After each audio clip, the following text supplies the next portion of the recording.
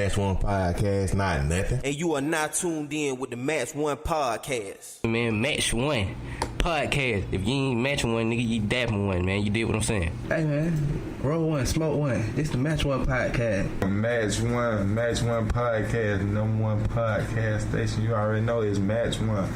Better match two if you ready, though. Come on. Match One Podcast, man. Shout out to my man Zeus and T did and this motherfucker, man. Scrap life, scrap love, man. Y'all know what it is. I'm fucked up with these niggas, man. Match One, bitch. Match One, man. Fam, C-Town shit, man. Tuning in. Real topics. Good energy, man. And we in here matching one with the Match One Podcast. Shout out to y'all, man. I'm high as a motherfucker. Scrap life. Scrap love. All my niggas smoking green, yelling out Match One. And you're now tuned in with Match One. Let's get it. Today's podcast is brought to you by Audible. Get a free audiobook download and 30-day free trial at www.audibletrial.com/Match1Podcast. Over 180,000 titles to choose from for your iPhone, Android, Kindle, or MP3 player. I had to try to start us after the commercial. Nah. Okay. Mic check one more again. We doing the mic check one more again. Hey, nigga, mic check one again. It's the motherfucking mic check, nigga. Ooh, we doing the mic check on them. Mic check on them. Ooh, mic check on them. But I might check on them. Ooh, mic check on them. I might check on them. Mic check on them, but I might check on them. Ooh, you like the double meaning? Yeah. Might check on them. Yeah. But I might check on them. Bars, nigga, don't you steal that. Watch out. Don't make me come check on you, my nigga. Cause I might. You know what I'm saying? Come check on you. I might come check on you. Man, these niggas ain't ready for us, bro. Man, these niggas playing, bro. These niggas playing. Bar right though. You know what I'm saying? There you go. Mic check was great. Looks like, what I'm gonna start this shit with this time. A scrub is a guy that thinks he's fly, but also known as a buster. Looking like Ash, but he's looking like. Why did I start with that? No, I don't want your number. No, I don't want to give you mine. And no, I don't want to meet you nowhere. No, I don't want none of your time. Hey, Joe, I don't want no scrub. The scrub is a guy that can't. I just start asking questions, you know? You know what? Look. I'm at that point. I heard that song today, right? And when I was thinking about it, it really occurred to me. First of all, I'm going to start this show a little vulgarly in a way, okay? Fuck whatever bitch called me a scrub back then. Right. Because I was a scrub. Bitch, we was in middle school. You know what I'm saying? Like, I didn't have a car. And I remember thinking, just not thought about it like that. I'm not supposed to have a car. You know what I'm saying? Back then it hurt my feelings. Like, this bitch called me a scrub. I was glad when they had that no pigeons come out. Like, I was like, oh shit, we got our response. Right. But now that I think about it, these middle school bitches were calling me a scrub back then, bro. Like, fuck did you expect? What you got? God damn. Got the same shit you got. Books, bitch. Damn, you gonna get on the bus too, right? What you talking about? How you getting home? You walking or riding the bus? You gonna pass inside of your mama car. What wrong with you? Nah, I'm just playing, man. Anywho, man, let's get this shit started, man. It's your boy Zeus, a.k.a. Thunder, a.k.a. Let's Go, a.k.a. The Hood Motherfucking Geek, a.k.a. Mr. Ordeno Callado. Shout out to the Dominican, I'm coming home. And I go by King Jordan Diddy. Welcome to the Match One Podcast. And we took a little break from y'all bitch ass nigga. Sniper gang. You know what I'm saying? And every time we take a week off or some shit, cuz, or episode off, however y'all want to look at this shit, it seems like we missed the world. It seems like everything happens. Yeah. In a week. 2 weeks. Yeah, in 2 weeks, everything happens. We got somebody supposed to be pulling up on us. We know they're gonna pull up on us when they get here, goddammit. You know how they go. So let's go and get this shit out of the way before we can get farther in the show. Shout out, man. Shout out to goddamn Scrap Radio. Scrap Radio every Tuesday. Scrap Radio every Tuesday. Spreaker Network, 8 p.m. Y'all make sure y'all check them out. See Sam, just motherfucking great. Check out the YouTube page. Shout out to the whole Cho Chase fam. Yes, sir. Make sure y'all goddamn go and vote Cho Chase for goddamn Tri-City Music Awards. You know what I'm saying? Scrap everything. They up for a lot of shit. Cho Chase, what's happening? Cho Chase, man. Y'all go make sure y'all do that shit. Shout out Nick, No Talk Gang. Al Short Tongue. Our nigga Tooley. Shout out our nigga Tooley. K Solo. What's happening? See your ass over there on the West Coast now. Shout out. See you out there working, grinding. K Solo music reviews every Monday on Facebook. Make sure y'all tune in. K Solo on Facebook. K Solo. KAYSOLO. Hey, well, y'all let it. Make sure y'all go do 2 things on the internet this week. First thing is go get your free 30-day Audible trial with www.audibletrial.com/match1podcast, man. Go get a whole heap of books to choose from. Get your free audio book, yours to keep. And you can cancel that anytime. Even if you cancel, you keep the book. So guess what? Win-win situation. I don't know how else you can look at it. And while you doing that, go ahead and go to that Tri-City, Is it Tri-City?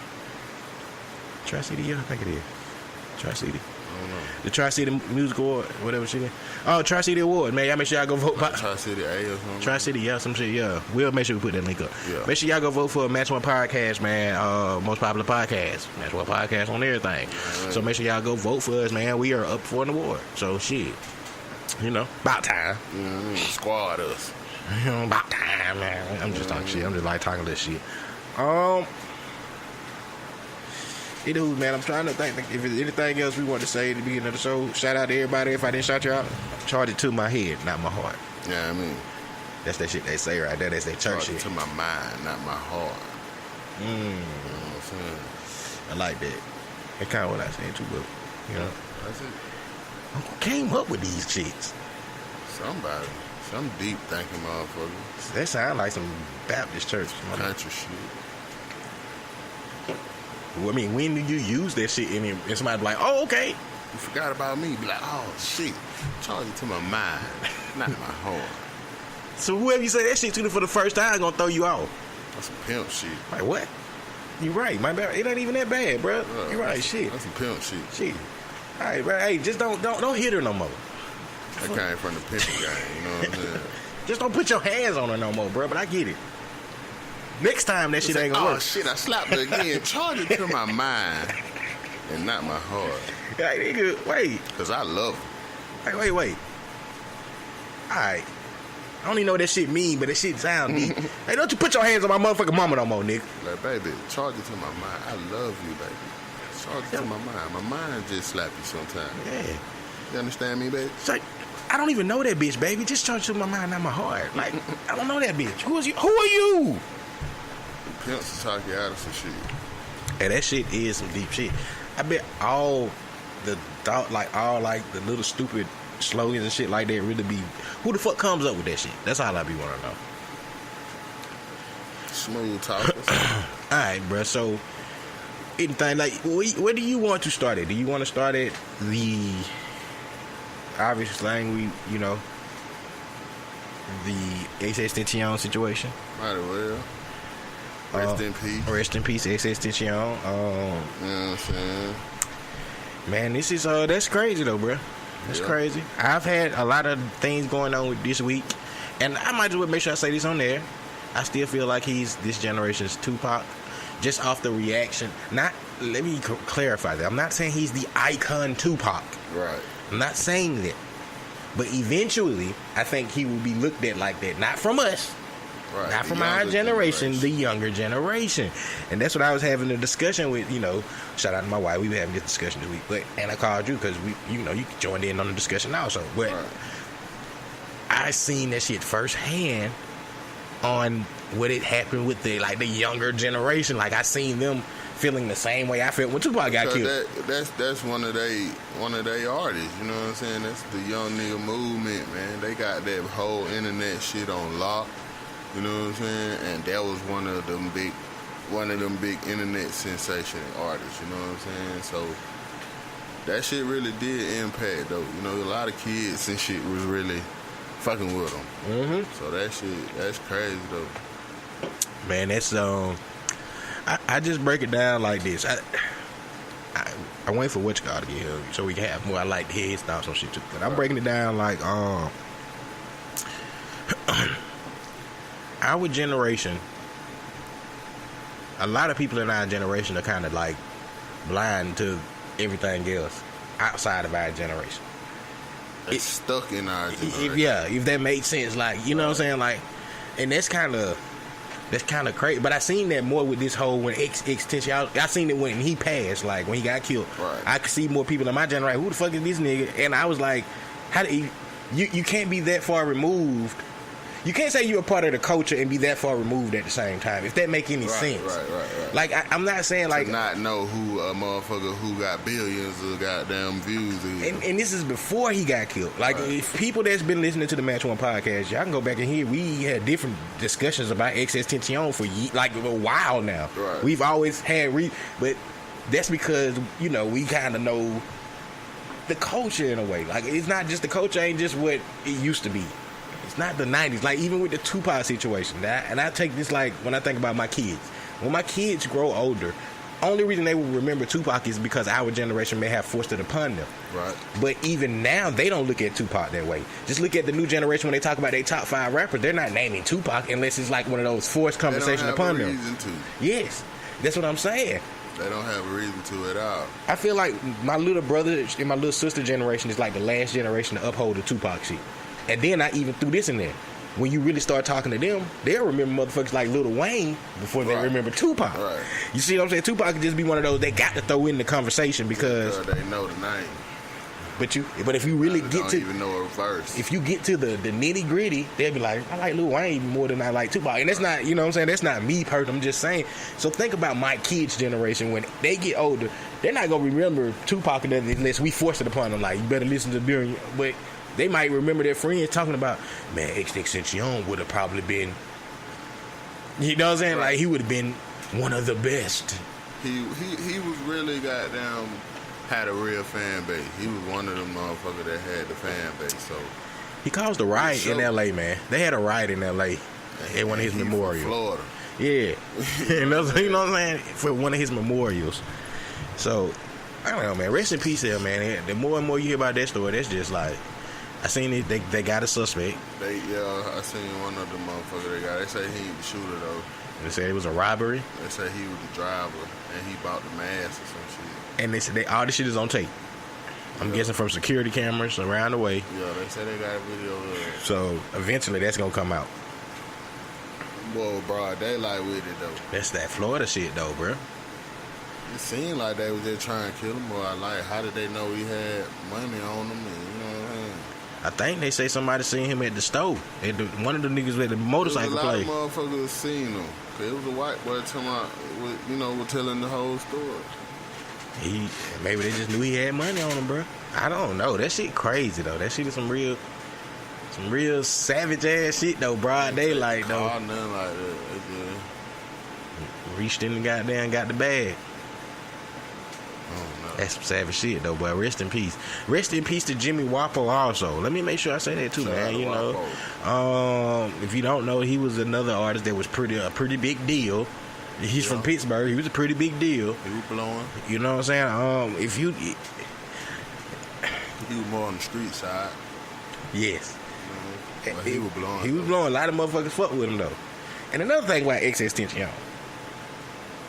Think about this. I told you this. Think about how big you gotta be for people to say Drake had something to do with you getting killed.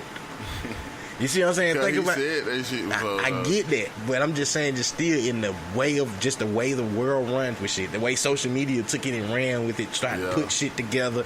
Drake say this in this song. I'm upset. He's talking about niggas right, like the whole conspiracy theory. I'm finna say Drake. If something happened to me, Drake had something to do with it, and see what happened. Why? Then they gonna go back into it and they gonna find songs where Drake was saying like Diddy and Match One.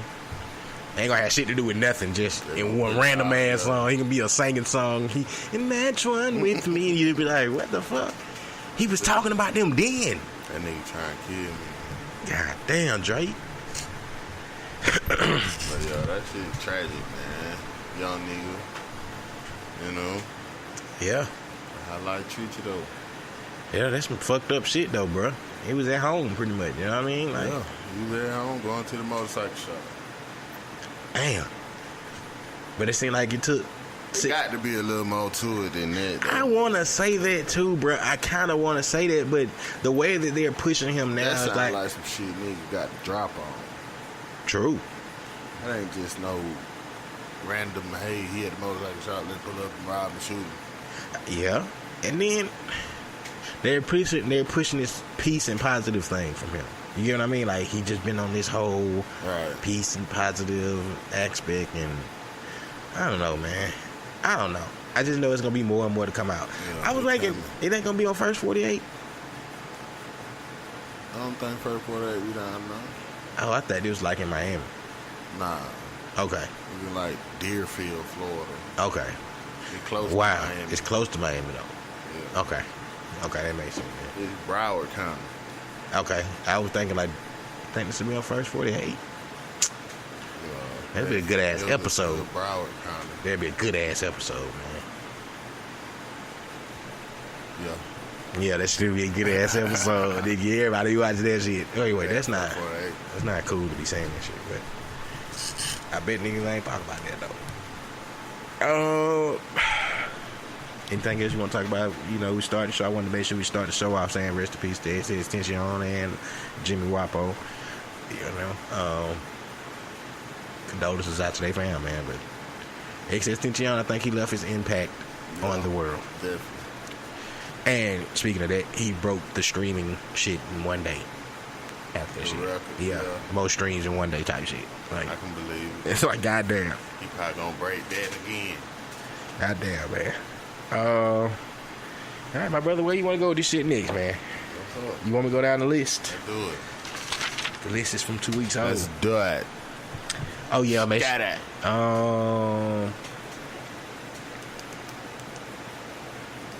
All right. A lot of this shit I got wrote down is like the opinion type shit. So, do you want to get into that shit? Or I'm trying to think about the. You want to talk to LeBron? We talked about that.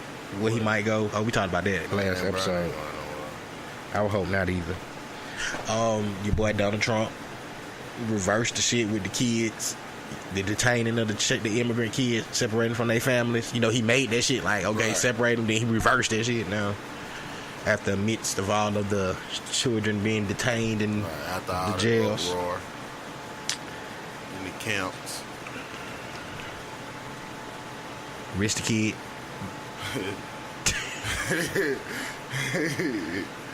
Rich the kid. Rich the fucking kid. Rich the kid ass just going out bad. He having a bad month. Why what? You know what I'm saying? He already got pulled up on a nigga with some pink flip flops on, holding his like stomach, like just like. Yeah. Just get out of June, man.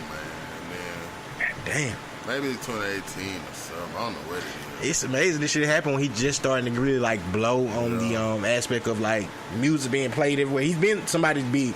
He's one of those people that's been in the industry for a while. You hip hop people that think he just popped up with some shit. Right. He's been making his rounds for a while. He's just starting to get more like known. If that's like as far as radio shit goes. He's just blowing now. For real. So, yeah, man.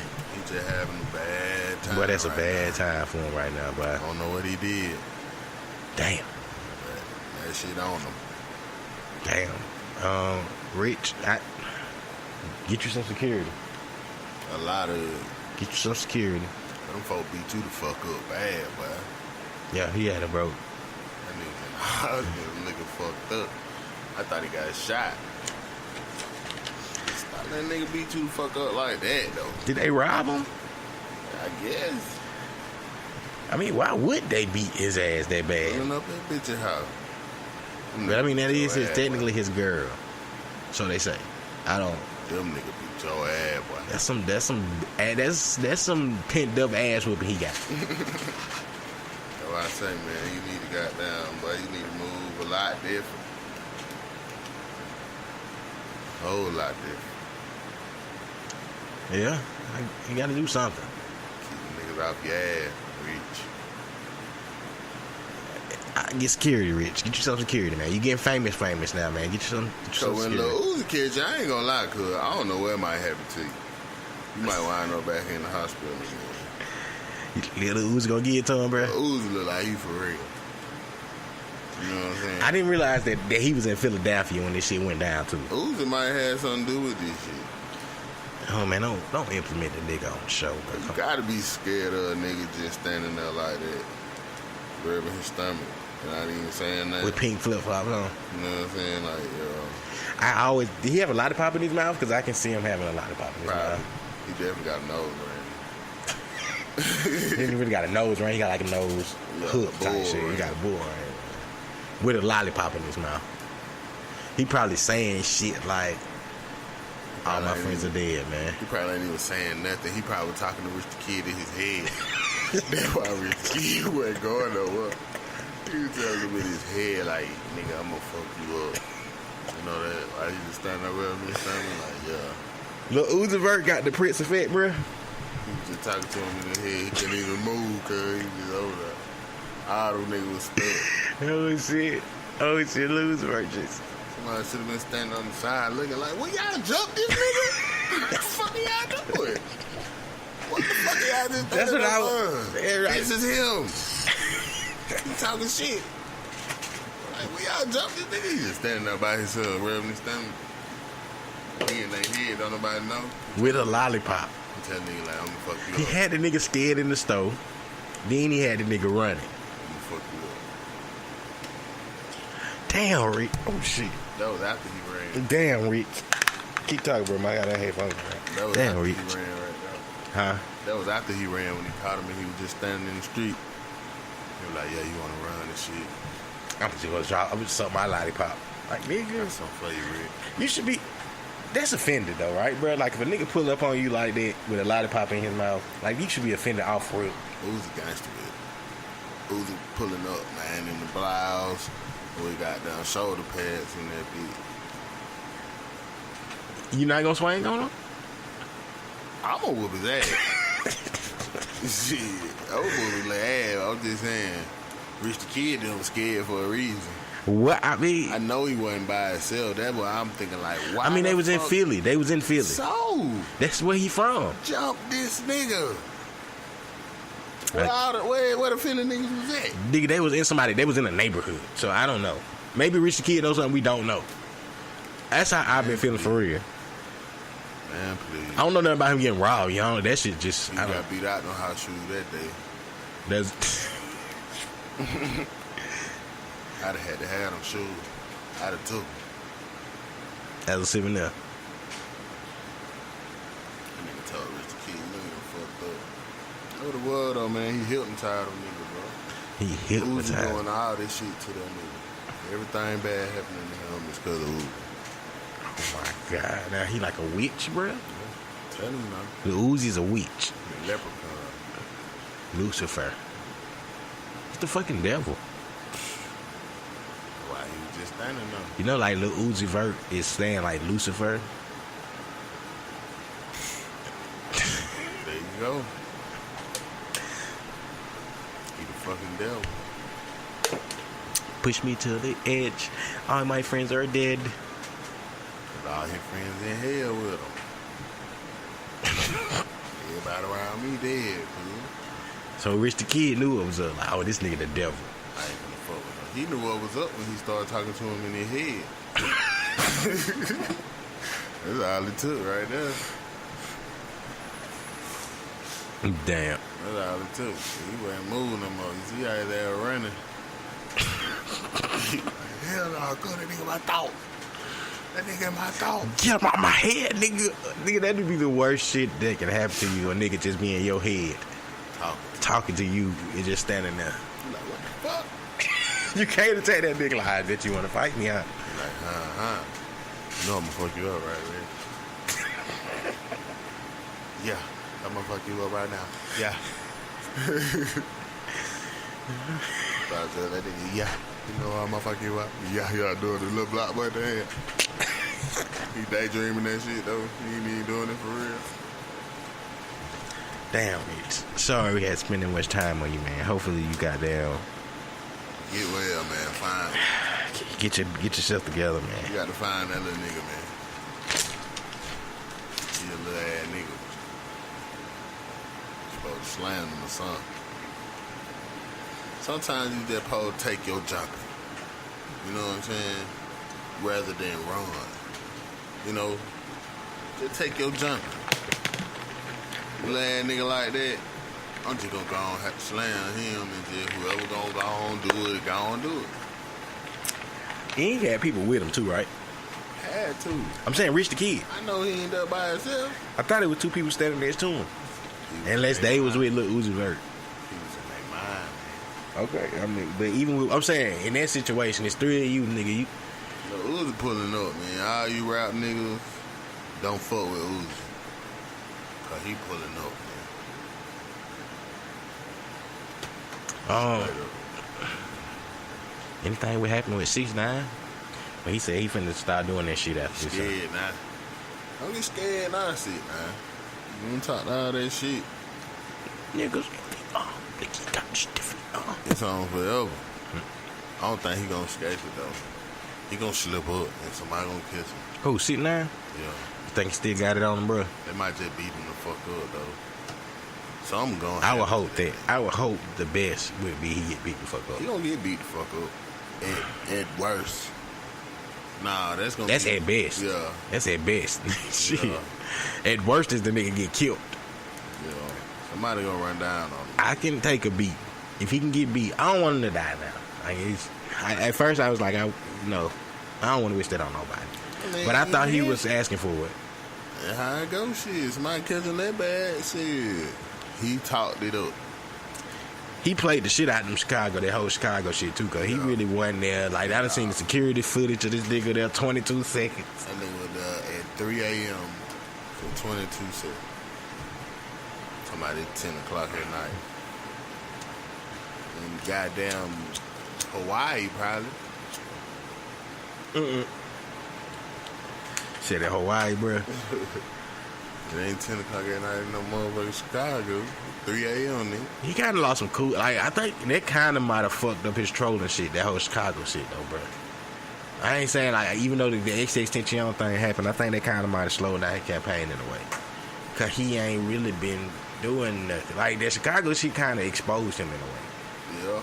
Like not saying like everybody already knew he was. We knew it was. He just had to go and confess it then.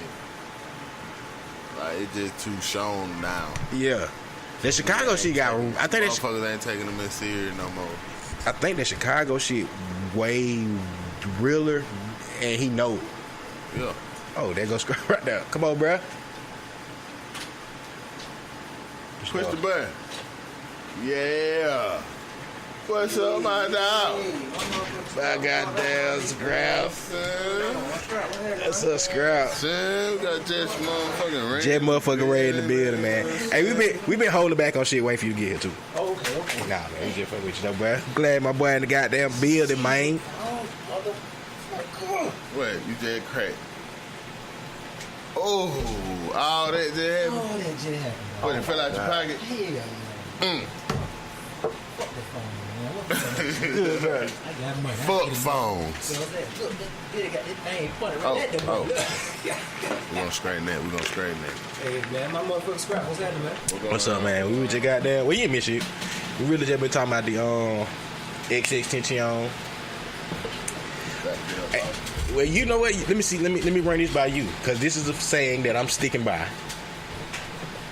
XXXTentacion is this generation's like Tupac. Now, I'm not saying he's Tupac. Let me keep reiterating that. I'm not saying he's Tupac, but eventually Tupac to us is not gonna be Tupac.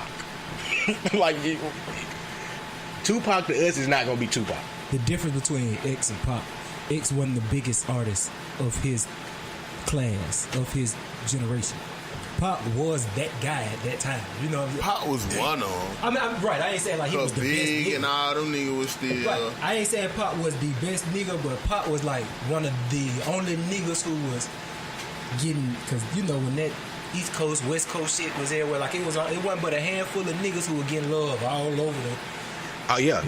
Pop with one on, nigga like Method Man. You know what I'm saying? Like nigga like that. Them Biggie, nigga would get love in the South, the West, the East, Midwest. Wherever the fuck they was at, they would get love. Pop was one of them main niggas. Now, if X wasn't really. See, now I'm finna counter you with that because X was probably just as big compared. Meaning this, because of social media, because of the internet, X probably was bigger than Tupac was. It's just we don't see it that way because so much shit going on. Man, the only reason I say this, a lot of people didn't know who X was. Everybody knew who Pac was. True. You know what I'm saying? True. But then I say this because I talk about it when I seen the effect of this generation when that man died. Like, this whole XXXTentacion, I wouldn't even have this conversation had I not seen it firsthand. Like, that shit affected. I seen somebody. They fuck with him, man. That's what I'm saying. I seen it affect people like they got a more broad. But I mean, they got down. This same shit happened for. It wasn't this big, but it was niggas was the other little white boy. Was it Lil Pump, Lil Peep? Lil Peep. When he died, like it's people who were. Yeah, because them nigga big on the internet. They got their following. They have you know their what I'm saying? They got. Man, the nigga got billions of streams, man. Right. That means something. You know what I'm saying? Like that mean, and you know, like I always get a chance to do it. Joe Budden was their first rapper. I always get a chance to do it. I always get a chance to do it. But look, do what I'm saying. Joe Budden. Do what I'm saying. Just quick. It's gonna be a quick. I fuck with Joe Budden, but not rap. Right, I feel you. But Joe was one of the first niggas, but like besides Soulja Boy, who really turned the internet. Like niggas used to accuse Joe of only being famous on the internet.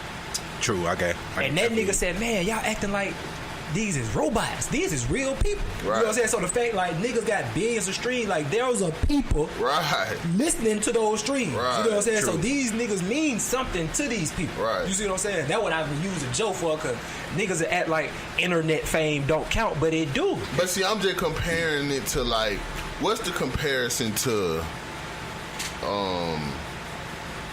like a nigga going double or triple platinum in that time to a motherfucker having like billions of streams. It's not. You think about it like this. If we were streamed, Ja Rule would probably have the most streams of all time. if we had streaming during our time, just think about it. Nelly. Him too. I put Nelly in there. I get you though. I follow you. Okay, so look, we could name 5 artists right now who not really I big get you. time, but they're like Nelly, because they were their generation time. Ja Rule, 50, Eminem, one of them other boys, one of them radio niggas, big time radio nigga. I mean, if you gonna go there, you can say Fab. You see what I'm saying? Like streaming. If streaming would have been out when Fab was freshly coming out and all that, like that shit would have been crazy. I know. Outcast. Right. Think about how many albums they sold. Think about it, nigga. They were streaming. Think about if The Love Below had been streamed. Them 10 million, them 5 million copies they sold was on the strength of Love Below, because Speakerbox was jamming, but The Love Below sold that album. You know what I'm saying? I object. Speakerbox was jamming. Name me 5 songs from Speakerbox. Find a way to get in the banana. I said song. I ain't said sing the song. Get on music. I can't. I can name Get on you music. 7 Get songs. on music. I can name you 7 from Love Below, if not the whole album. I like the way you move. I think it's I like the way you move. On what's it called? I like the way you move. Bruh, everybody, that's when Dre became transcendent. When he did the Love Below, that shit put him in a different atmosphere of music. Like, niggas was looking at this nigga like, okay, he's something different. Because niggas didn't think he could do an album like that, and it wasn't even rap. He rapped on 2 songs. And the one song he really rapped on was amazing, but he rapped on 2 songs. You see, and that shit was, when I'm saying that because when the album was out at that time, most of the niggas who I was around, ran into, seen, nigga was talking about the album, everybody was talking about the Love Below, because it was before Facebook and all this shit. Niggas didn't do none of that shit. But everybody was talking about, boy, Love Below, but that shit crazy, boy, you heard that shit? This is why I say that. I agree with you there. I think people talk more about the Love Below because because they try to base that as Dre's like solo album in a way. Right. But low key, Speakerbox probably did better than the Love Below, because look, Speakerbox had songs and shit that was on Madden. Like, it's just certain shit that people ain't taking it. Roses and shit was big as fuck, but I think people sleep on speaker. Hey Ya, that shit was one. Hey Ya was big as fuck. You know what I'm saying? This Caroline. Can you imagine that stream? You know, can you imagine that song being streamed like that? He won a Grammy for that. True. You know what I'm saying? Caroline was a big ass song. You see what I'm saying? But I bet you if you look at speaker box songs, bro, some of them low key, you gonna be like, oh, I didn't even know that shit was on speaker box, bro. I know Big not with. I like the way you move and Ghetto Music. Ghetto Music. Those two were big songs, but they were not bigger than Hey Ya and Roses. They didn't do what Hey Ya and Roses did. Those two songs. I'm just comparing those the top two songs from the album. I'm gonna say I Like the Way You Move is up there with Roses. I like the way. Hey Ya. Oh, we Hey Ya. I Like the Way You Move probably did more than Roses, but it didn't do what Hey Ya did. Cause I Like the Way You Move was an amazing song and video. Cause you remember the nigga with.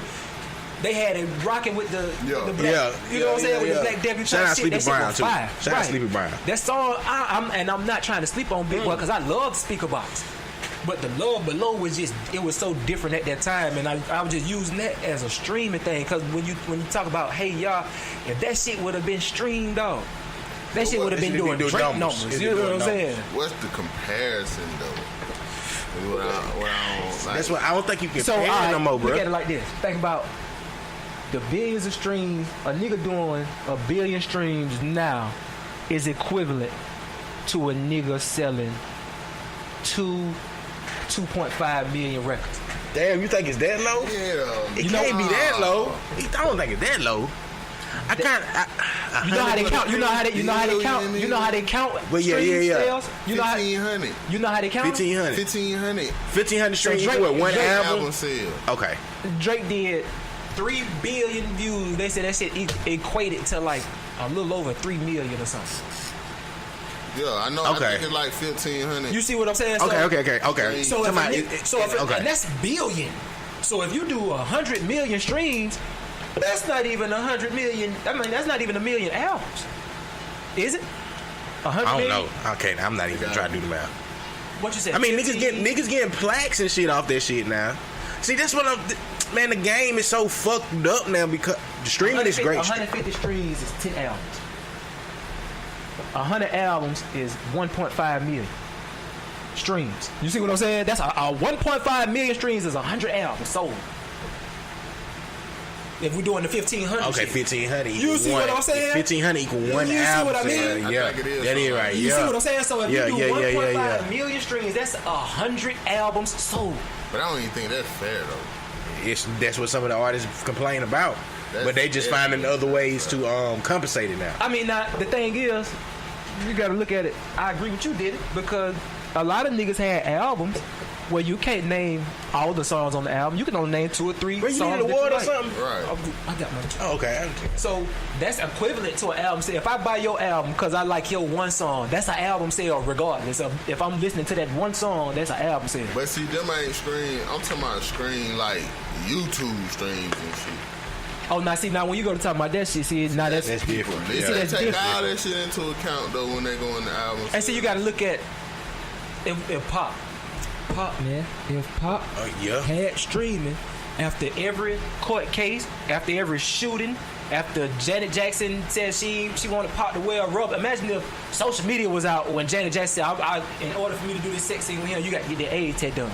Just to kiss the nigga, really, technically, yeah. You know what I'm saying? Yeah. Can you imagine what the blowback and then everything that go on with Pop? He would have been generating more streams. He was the most talked about. You gotta think he was just with his interviews. He's the new outside the courtroom used to be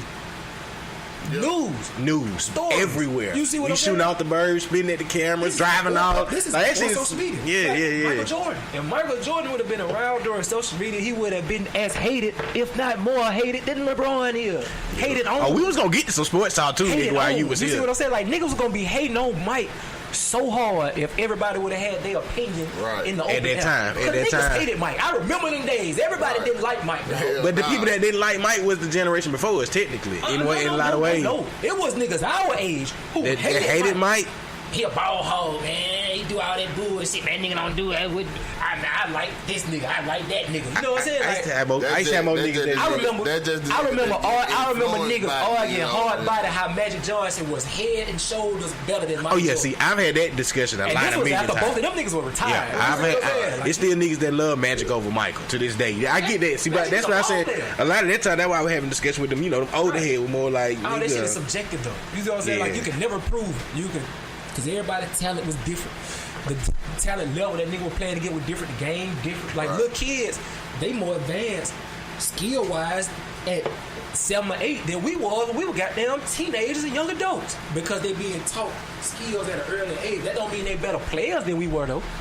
You see what I'm saying? The talent level we went up against was different. Right. We finna jump crazy. It's Match One Podcast anyway, so y'all know how we do any motherfucking way. I got some opinion based shit we gonna get into too. But let me ask you a question, Ray. You like playing ball? Love it. Are you years from now? Let's say we gonna go 10 years from now. Where the fuck do you see the NBA going? It's gonna be because is it gonna be? I think it'll have 4. Like it's not even niggas ain't doing nothing but shooting now, bro. Like that's what I'm getting. Like the game is gonna be revolving more around niggas pulling up from any motherfucking well. But see, you gotta think about it. The game in life, everything come back around. Niggas were doing that in the 60s. You remember what they said about Pete Maravich? Oh, if he had a 3-point line, he would have averaged 70 a game. Because he was pulling up from 28, 30. And this when the 3-point line was like 18 feet. Right. So he was basically pulling up from half court on niggas. Like, when I went down to Auburn State, all them old niggas, like all the old heads, my coach and all the niggas he played with in the 60s, when they was in high school in the 60s, they used to talk about niggas who pull up from the timeline. That's what niggas been shooting. I remember it was an old head named Rock down here, bro. We shoot up at 29th. He shoot from half court. He don't shoot nowhere from in front of the timeline. Somebody need to drive the cab. I think he might drive the cab. You know Big Rock shoot that bitch like this. He drive the cab. Hey man, Rock don't shoot that bitch nowhere in front of the timeline. That nigga don't miss, boy. You see what I'm saying? Like niggas been pulling like that forever. Bro. It's just that now it's more popular to do. You know what I'm saying? Because niggas is actually working on their threes. That's why nigga talk about Mike wasn't a good 3-point shooter. Go look at his stats. He wasn't a good 3-point shooter when he wasn't working on that shit. When he started working on that shit, for 2 seasons in a row, that bitch shot over 40%. Because he was actually working on the 3-point shot. You know, niggas in that time, they weren't working. Reggie Miller was the only nigga, you know, the 3-point shooters. Craig Elo, Steve Kerr, they were the only niggas shooting 500, 1,000 threes a day. The rest of them niggas were working on game shit. The game different now. Niggas like Steph Curry were going in the gym shooting 2,000 threes a day. You know what I'm saying? That shit different, cuz. So where you think LeBron gonna go, Ray? That show you it's harder though. It is. It's more skill based. Yeah. The league used to be revolved around physicality. The bigger niggas used to be the most successful. That nigga, they be talking all that shit with all the stats and shit. ESPN nigga, whatever. I don't know the white man. Nick Wright. He always be talking about LeBron, be comparing LeBron to Jordan and shit. ESPN? But he ain't on ESPN. Then it's Nick Wright there. I don't know who it is. It gotta be Nick Wright. But he was talking about that same shit though, comparing like, was the NBA harder then or now? Yeah, that's Nick Wright. Oh no! You talking about Colin Cowherd? Yeah. Oh, Cowherd. Okay. And see, my guy. That argument, I saw that shit, but he made sense. He made just your point though. It made sense. Your point. It made sense. You know but see, this is because he was saying like, nigga, right now, 4 out of 5 players on the floor are shooters. Right. And he was saying in the time when Jordan and shit were playing, 4 out of 5 players wasn't even permitted to take a jump shot, a 3-pointer or nothing like that. You know what I'm saying? They couldn't even shoot. They wasn't even allowed to shoot. See, that's the thing though. It's not that they weren't allowed to shoot. They didn't work on that shit, so they didn't shoot it. You know what I'm saying? Like, you look at the Pistons. Y'all remember Vinnie Johnson? Vinnie Johnson was the best shooter to come through that bitch. He didn't shoot too many threes. That bitch shot the perimeter shot. Like, that was... I came up, the old heads told us, if you shoot that, any nigga who can shoot that pull-up jumper, you'll average 15 points in that time, though, really, though... You know, that's what I had. It was shooters. It was shooters on the team. Right. You might have had 2 shooters on the team. Definitely. At least every team got at least 2 snipers. Right. You know what I'm saying? At least 2. You might have 3. And at least that one feature sniper. Right. You know what I'm saying? But now everybody got a sniper. Right. Everybody shooting that bitch. Everybody. I mean, but think about but think about this, everybody face. And now big men starting to shoot that Right. bitch. Like Joel Embiid, them Joel Embiid five niggas. niggas on the floor shooting. Manu Bol made 8 threes in one game. True. You know what I'm saying? Like, True. there has been big niggas who can shoot the ball. Like, But it got to go back. Widespread, like that's the difference. Yeah, that's the that's what I was difference. just finna say. But You see, took shit right out my to mouth. go back to Colin Cowherd point, when you got, all right, you got 4 out of 5 players on the 4 out of 5 on the floor, 9 shooters. But guess what? 4 out of 5 on the floor, 9 don't play no goddamn defense. Back in Jordan day, 4 out of 5 on the floor gonna D up. But you can't say that though. That's Bruh, the thing. niggas used to play defense. Them games used to be hard fought. Niggas used to take pride when it's like our era of basketball. Did you accept a nigga? Would you accept a nigga cooking I'm you? saying you can focus on defense when you know nigga ain't just finna goddamn foul. But you know what though? Like Watch nigga, this. what Watch this. hooping? Watch this though. Yeah. I gotta agree with you, Ray. Because if you think about it, just look at the scores of games. Right. Like if you go back to like the 90s and watch like the ending, the final score. That shit be hard fought. It be hard fought. You know I what I'm agree. saying? Like you got some. Yeah, it be some You got low. some 100-point games. But they not the like Pistons- now, but the like Pistons and now- the Suns had like 100. They broke the record with like 146, like 140 something. See, that's every now and again. But see, like you said, but like now, if you got there, you running the Golden State in Houston, they gonna break all the records But in look a though, couple games. even with that said though, right? Even when they put up them big numbers with the Phoenix shit, that shit was still a hard It was a fought hard game. This shit didn't mean shots were falling. You know what I'm Goddamn saying? it. Like, you know what I'm saying? Sometimes Nigga were battling it out, and that's the difference. Cause like our generation of basketball, I get out here now and play with these kids, and I can still keep up with them. oh, you good. You know, cause our shit different. Our generation, the ticker different. We play the game different. We don't Slow give that up shit on down. shit. We refuse to like, all right, you might come across a nigga who good as a motherfucker. He might score on you.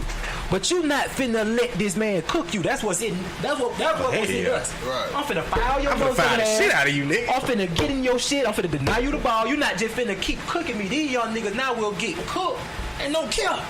They just let like nigga just watch a nigga. I done seen nigga dog be busting that nigga like, bro, do I need to guard him? They just watch niggas just come down and dance and then just pull up, don't do nothing. You know what though? See, that's some deep shit though, right? Now, you brought some deep shit up. I don't know, cuz like we, you know, street ball gotta be. It's different as a motherfucker now, though. Basketball different. Like you know, You know what I'm saying? It's different. But you gotta think though, man. That's how you keep from getting cooked. You really trying not to get cooked when the nigga coming down pulling up like that, cause you know. See, it's harder when you know everybody when nigga can shoot. You know what I'm saying? Your defense ain't really. You can't really mash up on a nigga when a nigga can shoot and a nigga really everything. Yeah, you got to give a shooter spade. So you basically That's just smart defense. You basically saying you can't do nothing with this man. You know what I'm saying? Like that. Nah, No. I'm not really talking not about you. that. But I'm saying like, all right. John Starks, they add John Stark by the hardest 5 players to guard that he's guarded, and he said Michael Jordan was last on the list. He said Michael Jordan was the easiest one out of everybody. When I tell them this, he said they laugh. But you know why he said that shit was the easiest? Because it wasn't nothing you could do with it. He said Mike didn't come off no screens. Reggie, he said I'm gonna chase Reggie around the whole game. Mitch Richmond with 2'6'8", 2-something, put the bite on me. Wasn't none of that with Mike. Mike just gonna roast your ass. That's why that shit was the easiest to guard, because it wasn't nothing you could do with it. Right. You know what I'm saying? You can't do nothing it. but get cooked. I understood that perfectly. You know what I'm saying? But the thing is, are you gonna step up to the challenge and just let this nigga cook you, or are you gonna make this nigga cook you? It's a difference. Like if me and you fight, I can let you beat me up, or I can make you beat me up. Right. You know what I'm saying? And it's a Right. difference. I can fight you back But and see, make nah, you have I'm to just kick my speaking ass, so I on- can I'm just just sit back speaking like on, T like- did it too I'm just big. speaking on, I'm just like- gonna get my ass kicked. I'm just you see what I'm speaking on saying? like playing defense though. Like when you playing against somebody who can. Defense a fight. You got to take that shit personally. Right. When you playing against a nigga who can goddamn go to the hole and can shoot that bit, you know what I'm saying? Your defense got to be a little different. You got know to what I be. mean? You got to be smarter. You got to stand off on those shooters because you got to make. See, my thing is, we're not playing against a motherfucker who can shoot. My thing is, I'm gonna make you shoot. Right. You know what I'm saying? Right. So I'm gonna give you that step. You know what I'm saying? Cause I ain't gonna give you that lane. I ain't gonna press up on you. You know, I'm gonna make you shoot that bitch. Right. You know what I'm saying? If you Right. shoot, you gonna have to You shoot. gonna have to. You know You what gonna I'm have to saying? beat me shooting the ball. Right. You know what I'm saying? But See, if a nigga get cooked like that, it if a depends nigga on get- how good of a shooter a nigga is. Right. Yeah. You see what I'm saying? If a nigga getting cooked like that, then I can kind of understand it. You Right, know right. what I'm saying? Cause But see, I think like that. I'm gonna make you shoot that bitch. But see, this the thing, as a defender, it's up to you to make a nigga guess what you gonna do on defense. Like, y'all, it's really a chess match.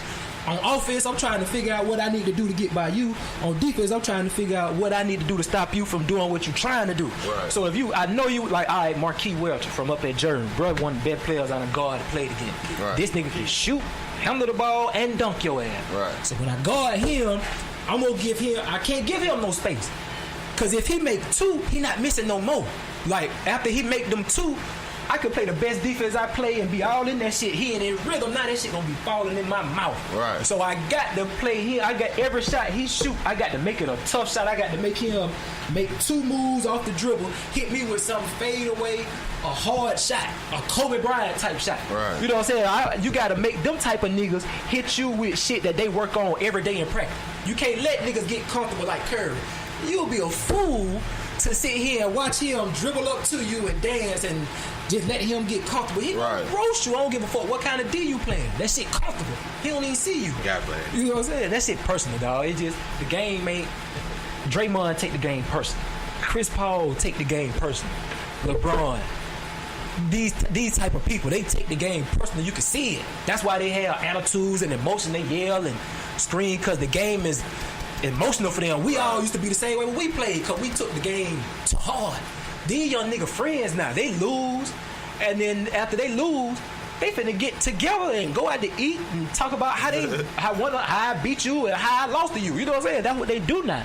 But after we win and lose, I don't even want to see you for a couple hours. We finna get the fuck out of the court. You know what I'm saying? I don't even want to see you. I don't even want to see you no more until. Hey, this nigga, we trying to, man, we gonna have to fight these niggas some shit. You know what I'm saying?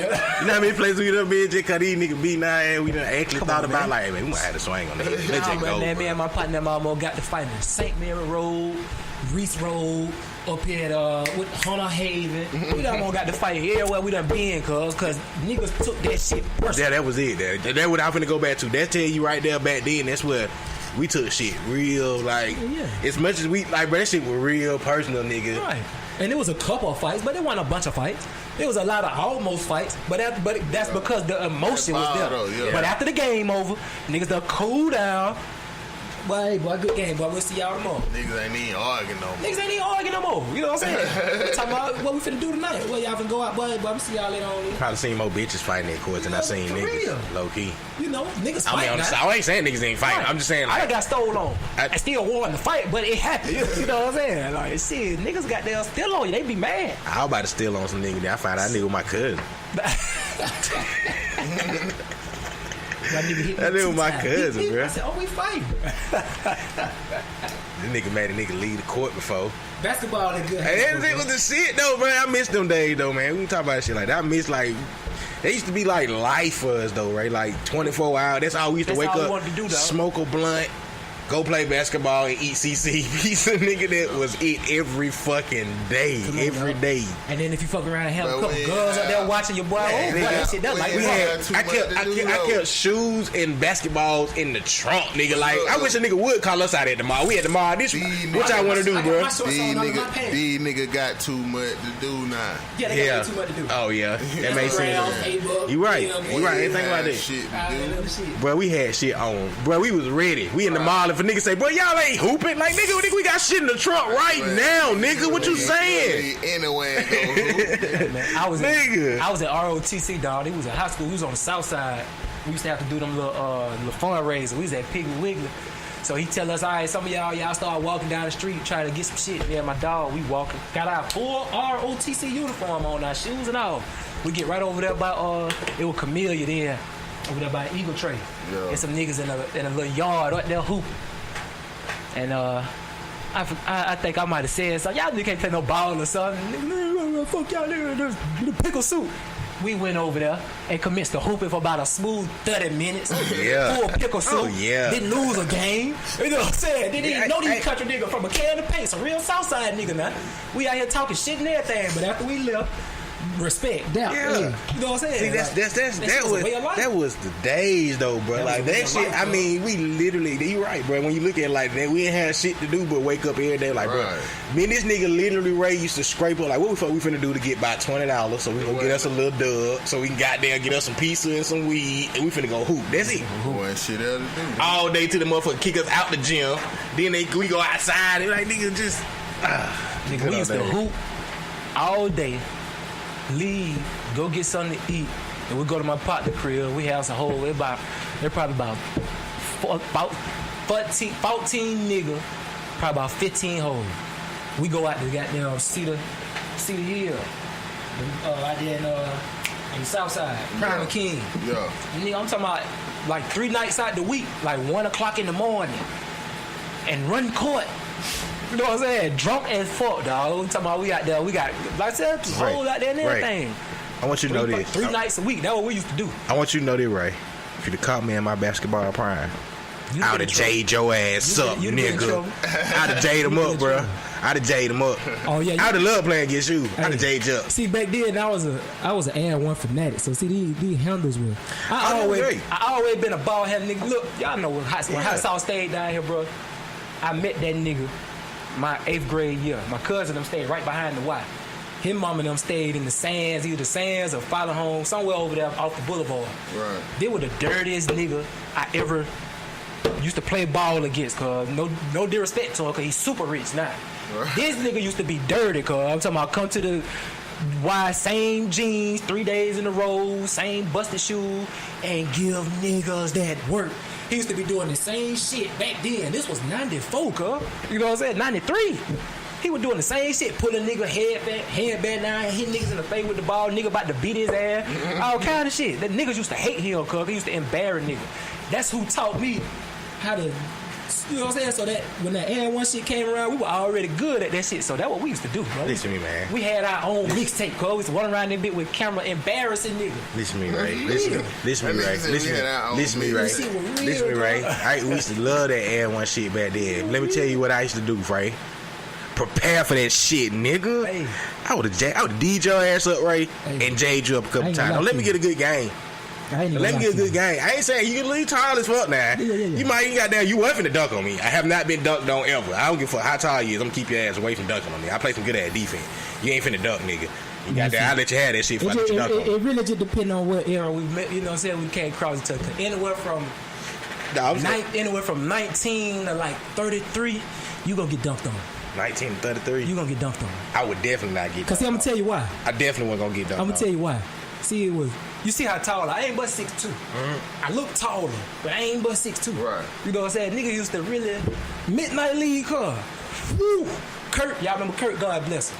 Light skinned Kurt went to Carver. 6'9" Kurt used to boom everybody. Y'all remember Kurt, man? Kurt went to Carver. He probably like 90, class of 97. He was up there with Jap then. Kurt Wagner. I ain't know that. Yeah, bro. Nah. Y'all, but I'm saying y'all used to be out here hooping. Y'all know. Might see him. Yeah, I might know if I see him. Elementary school in 97. He didn't dunk on me though. Respect. What you about 6th grade? Yeah. That what I'm saying. I wasn't. But 97, I was in 9th grade. I was in like what you graduated? 2001, 2002, 2004. Yeah, you baby. I graduated 2003, bro. I keep forgetting y'all some babies. So nigga Kurt, man, Kurt was a nigga who dunked on every nigga in this city. Every nigga in this city, big man, whoever, you jump Kurt gonna dunk your ass. Oh, he wasn't gonna dunk on me. And I boomed that shit. I got the You got dunked on? I boomed Kurt ass. That was the crowd. That probably. Oh, right. I dunked on Kurt. Right. What? I dunked on Jamario Moon. Played for the Kings of Cavaliers. Boom, Jamario. Oh, wait. That Jamario Moon that LeBron had on his team that was supposed to help him get to the finals. Oh, now Jamario. Now one thing about that nigga, that one of the more athletic niggas I've seen. Yeah, he was a Harlem Globetrotter. That fuck nigga could jump. Wait. But that fuck nigga right. them buns. Athletic as hell. Right. Oh, I boomed that shit. Did it? Right. Did it?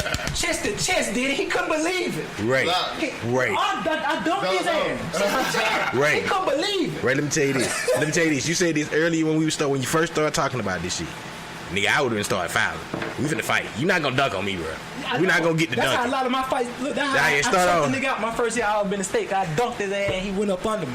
Oh no, I ain't that dirty. And choked his ass out. That's dirty. But I would have did you like that. That's dirty.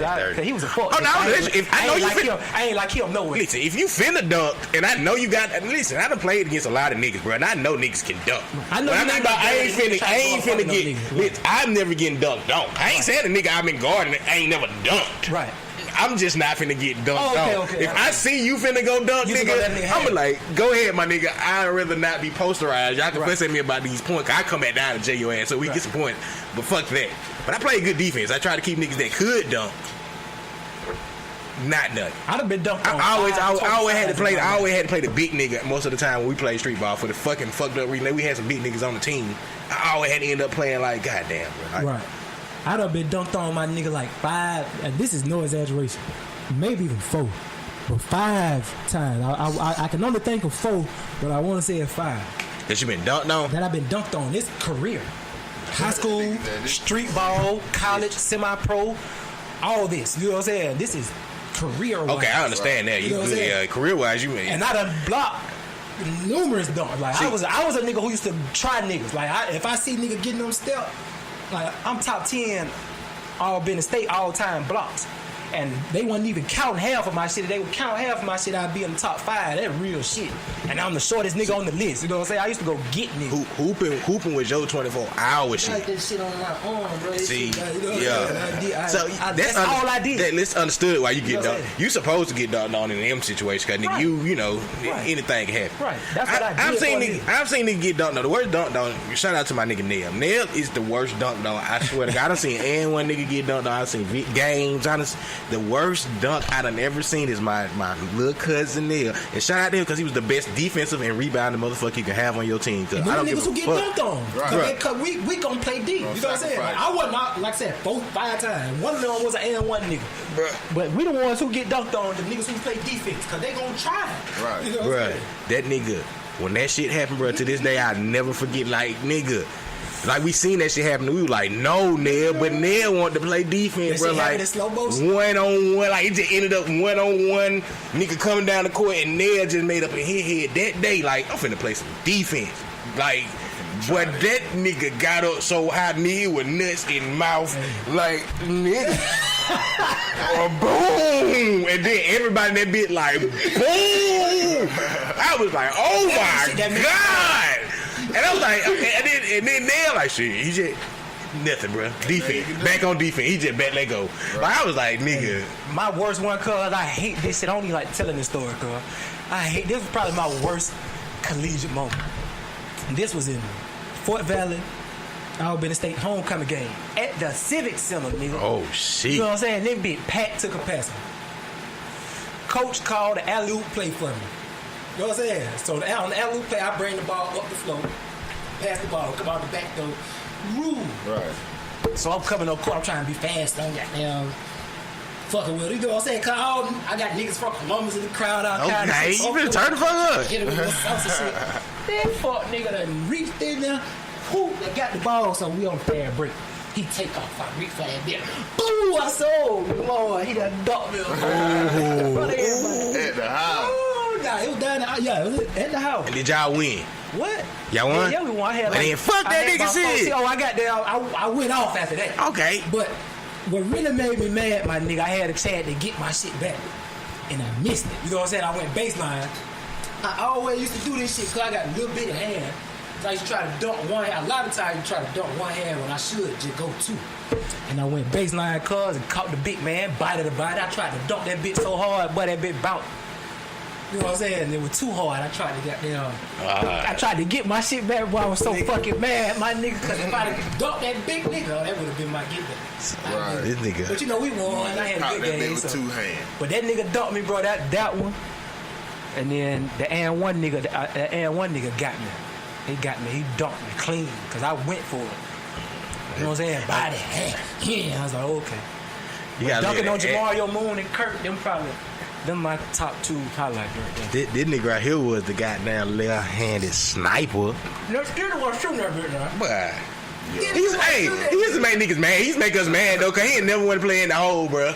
Like, come on, bro, you gotta play at home, bro. Come on, bro. Like, man, fuck that shit, nigga. Reggie got Hey. 7 foot there on the That nigga, but that nigga the left hand sniper though, boy. That nigga gonna pull the fuck out of that My bitch, nigga boy. did out there like Rodney Rogers on the floor. Hey man, that basketball, man, I love this shit. That shit in good hands though, bro, cause there's some young nigga coming up. Yeah. Who got like Colin Sexton. Colin Sexton finna bring a certain level of dog to the league. The nigga that went to Cleveland, right? Yeah, he finna bring he got that Aaron Brooks. I mean not Aaron Brooks. That what the little boy? Patrick Beverly. Chicago. That Patrick Beverly. He got that Patrick Beverly shit. That so he finna make these little niggas like when he go up against De'Aaron Fox and Trae Young, Steph Curry. Like he look forward to that type of challenge.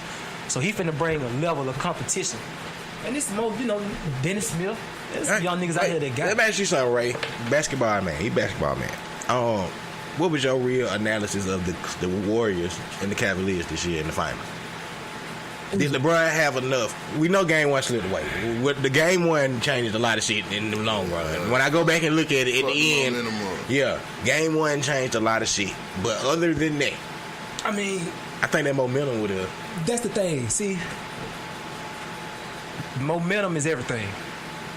Only if you let it be everything. Because you think about Golden State 3 years ago, up 3-1.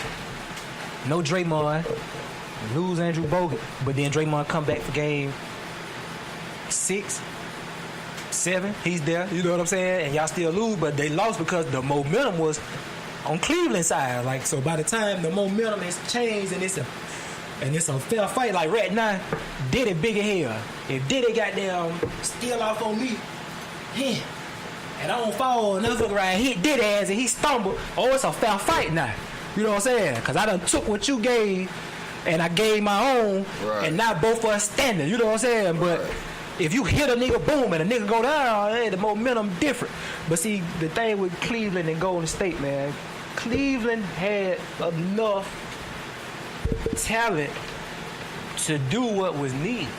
They just didn't have enough coaching, leadership. Oh, okay. And that's not LeBron's fault. Because you got I saw a video the other day of the league, the NBA YouTube had posted a video, and the head of it was Draymond Green is the real leader of the Golden State Warriors. And all season they were playing clips from him being mic'd up. And when they come to the huddle in the timeout, he the nigga everybody listening to. He the nigga who telling niggas on the court, hey, watch out, go there, you, come here, drop, and go up. Niggas is listening and doing what he saying. You know what I'm saying? He telling Kevin Durant, hey, you bullshit. Like, Steph Curry, what the fuck is you doing? That's how he talking to the best niggas on his team. He was the leader of that squad. When I was at Alabama State, I was the leader on the floor. I was probably one of the best all-around players on the team, but my point guard and my power forward, they were all conference. You know what I'm saying? But I was the team leader. Right. I made shit happen on the floor. When I tell niggas, hey, boy, get there, they go there. If coach said, hey, we in a 3-2, hey, coach, let's stay man. He can't do nothing with the ball. Coach gonna say, all right, let's stay man. Right. You know what I'm saying? I ain't do it all the time, but I did it to the point to where he respected my shit enough to where whatever I say, he know I ain't just saying. Right. I'm gonna call the defense. He gonna tell me sometime, hey, call the defense. Cause he already know I know what's going on. I know who's supposed to be where. Right. So you got to have a nigga like that on your team. Matthew Dellavedova was that guy. That's why they lost when he left. They had no more flow leaders. Kyrie Irving is a scoring leader. He's an offensive leader. Matthew Dellavedova kept that team in line when Braun went to the bench. Hey, you go there. Get there. Alley-oop. Lob. Come set this screen. You see what I'm saying? Get there on D. He made the shit happen. You need, every good team needs one of those guys. PJ Tucker, Trevor Ariza, Chris Paul, they all did that for Houston. All three of them. You can see them. They telling niggas, hey. They say Trevor Ariza might be going to the Warriors, nigga. Why wouldn't he? Go get you a chip. Fuck that. Hey. What you think LeBron? Did they just start? Did niggas just start chasing rings? Nah. Y'all remember what Charles Barkley did? Yeah. Karl Malone? Yeah. Gary Payton? You know what I'm saying? Like, niggas been ring chasing. Where you think LeBron gonna go, Ray? I don't want him to go nowhere. Just for the record. Going nowhere. I hope he don't. I don't feel like going through this shit no more. See, the thing is, he don't know. That's why I can't say. I feel like he at a point right now, he trying to figure out what's more important. Yeah. Chasing rings or just trying to be the best player I can be and achieve the best success that I can get. There's a difference. Because if he's chasing rings, he's going to have to go get with a juggernaut. He got to get him another top 10 player in the league to come play with him on a good team. Not just a bullshit team. Like, he got to go to Houston or some shit. Or something drastic has to happen. Kawhi Leonard and Paul George have to come join him in Cleveland. They get rid of all the rest of them bum-ass niggas and run with Colin Sexton and some more young niggas and go from there. Like, if something he get like some that's niggas gonna in have to happen. Cleveland, he could sell niggas on going to the finals in Cleveland. Like, for real. Meaning they ain't got to see Golden State until they get to the finals. But the money, though. That's the thing. You see what I'm saying? Niggas want their money. And then, like, he can't just guarantee them that. Yeah. Because Boston just took them to 7 games without their 2 top players. And if they don't make no moves, no transactions, they right now will be the favorites to go to the finals. The Boston Celtics, I mean. Something got to give there. Yeah, I mean, it don't really have to. I'm saying, like, where you gonna put you can't put Jason and what you call on the floor at the same time? Who? Gordon. Hell fucking yes. Because Gordon Hayward is a foe. He's an adaptable player. Jason Tatum can play the foe. Gordon Hayward or Jason Tatum can play the foe. He's an adaptable. Okay. He's an adaptable player. Gordon Hayward can get in where he fit in. I follow you. You see what I'm saying? And then everybody knows that Drew is the offensive man. Who? What about Rose? He's shooting guard, so he gonna come off the bench. He might come out the bench. He played the 2. He know right now, okay, I can either come off the bench for possibly the best team in the Eastern Conference and fight for a championship, or I can try to go get some money and be the man on a team that might not possibly make the playoffs. Man, these niggas might chase money, though. You never know. But he wouldn't come off the bench, though. He could start. He could play the 2. Yeah. Kyrie gonna play the 1 over Marcus Smart. And don't really see him starting over Jaylen Brown. Yeah, You gonna put Jalen at the 2? It's either that or. See, I like Jason Tatum at the 2. Me personally. See, you could put Gordon Hayward. Put Gordon Hayward at the 2, and then Tatum at the 4, and Brown at the 3. But I mean. But then they gotta have something coming off that bench. But you gotta look at the league. Kevin Durant played the 2 at Oklahoma City. He was the 2 guard. And on plays, but he didn't start as the 2 guard. He started the 2 guard. Terrence Roberson was the small forward. And where now? Wait. In Oklahoma City. Terrence Roberson was the small forward. Kevin Durant was the 2 guard. Okay. You see what I'm saying? Like, you know, like that's like the matchups in the league now are interchangeable. You look at Kelly Oubre and what's that other boy that played in Atlanta? Mike Scott. Kelly Oubre, Mike Scott, Bradley Beal, and John Wall. All of them will be on the floor at the same time. All of them are guards. You see? Like, the positions in the league now are interchangeable. You can have 4 guards on the floor with a big man. I think Kyrie is gonna get traded from Boston. I don't see it. Not this offseason. He gonna be a free agent this year. He a free agent this year. And he told them he ain't committing to like no long term shit. Might well trade him and get something for him. Who you finna get? I think he want to go to New York. They gonna build around Rose or Brooklyn. Who you finna get for him? For Kyrie, anything you fucking want right now. I mean, you can get Kyrie. You can go for Kawhi right now. I bet you if San Antonio want to pull that, they'll pull that shit. Kyrie and something else for Kawhi right now. They'll pull that trigger. They would pull that trigger. They would pull the fuck out that trigger. Kyrie still is a big commodity with just 1 year. Right now, if he get traded, it's just for 1 year. He's the most. But besides Kevin Durant being a 7-foot unicorn, Kyrie Irving is the most unguardable nigga in the league. He's just not consistent with that shit. Oh, that shit is consistent. No. You can't guard that shit. No. Listen what I'm finna say. No, I ain't saying that ain't consistent. What I mean by he's not consistent because look at him as the star of the team. He can't go a whole year. Right.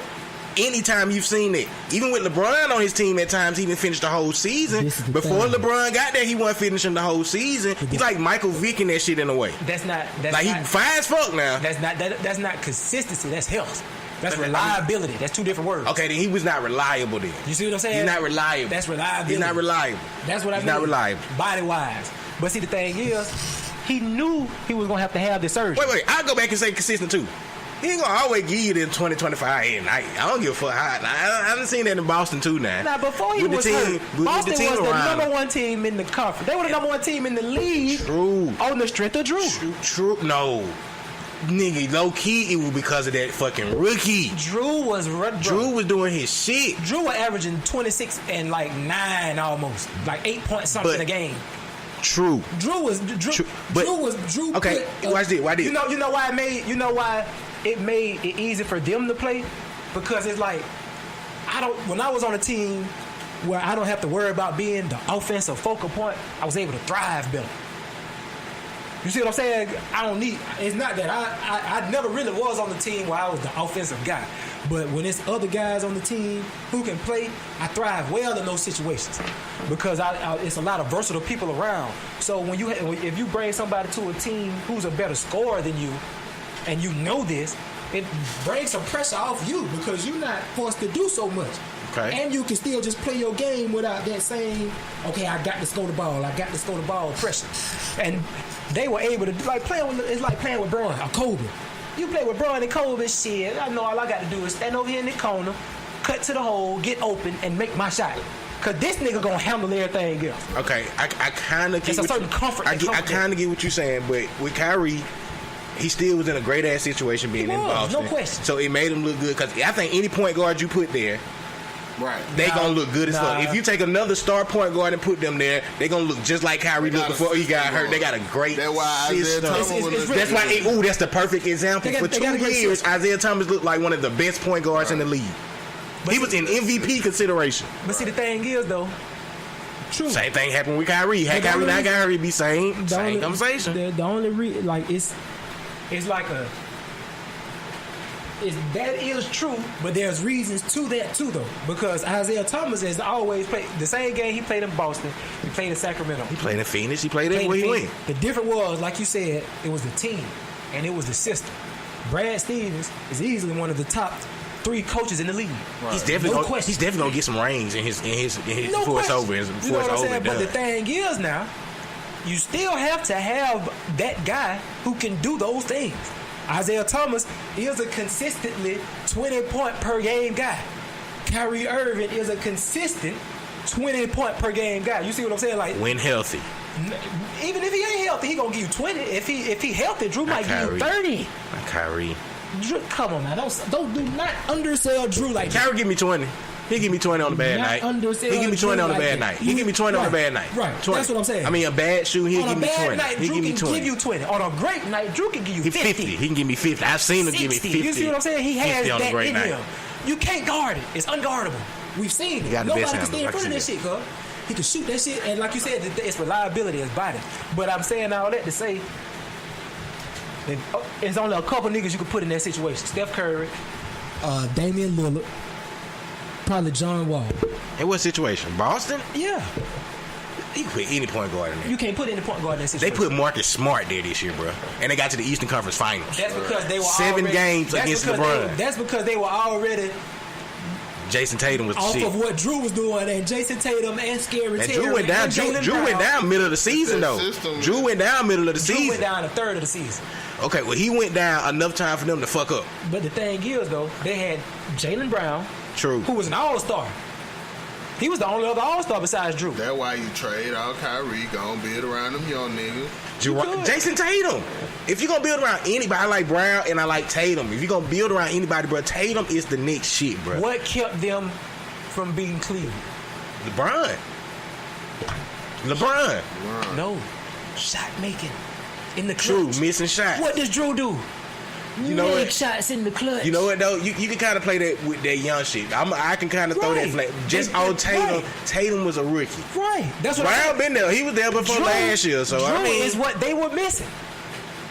With Cleveland and Golden State, the last 5 minutes of Game 7, nobody could make shots. Who was the only person that made 3 shots in the last 5 minutes of the game?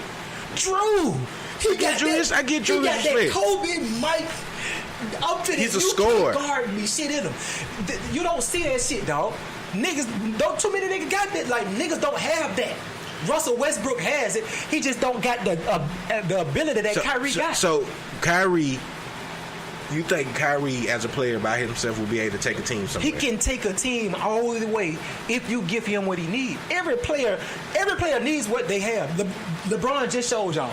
You can be the best player in the game. If you don't have the team and the pieces around you, you're not going to be successful.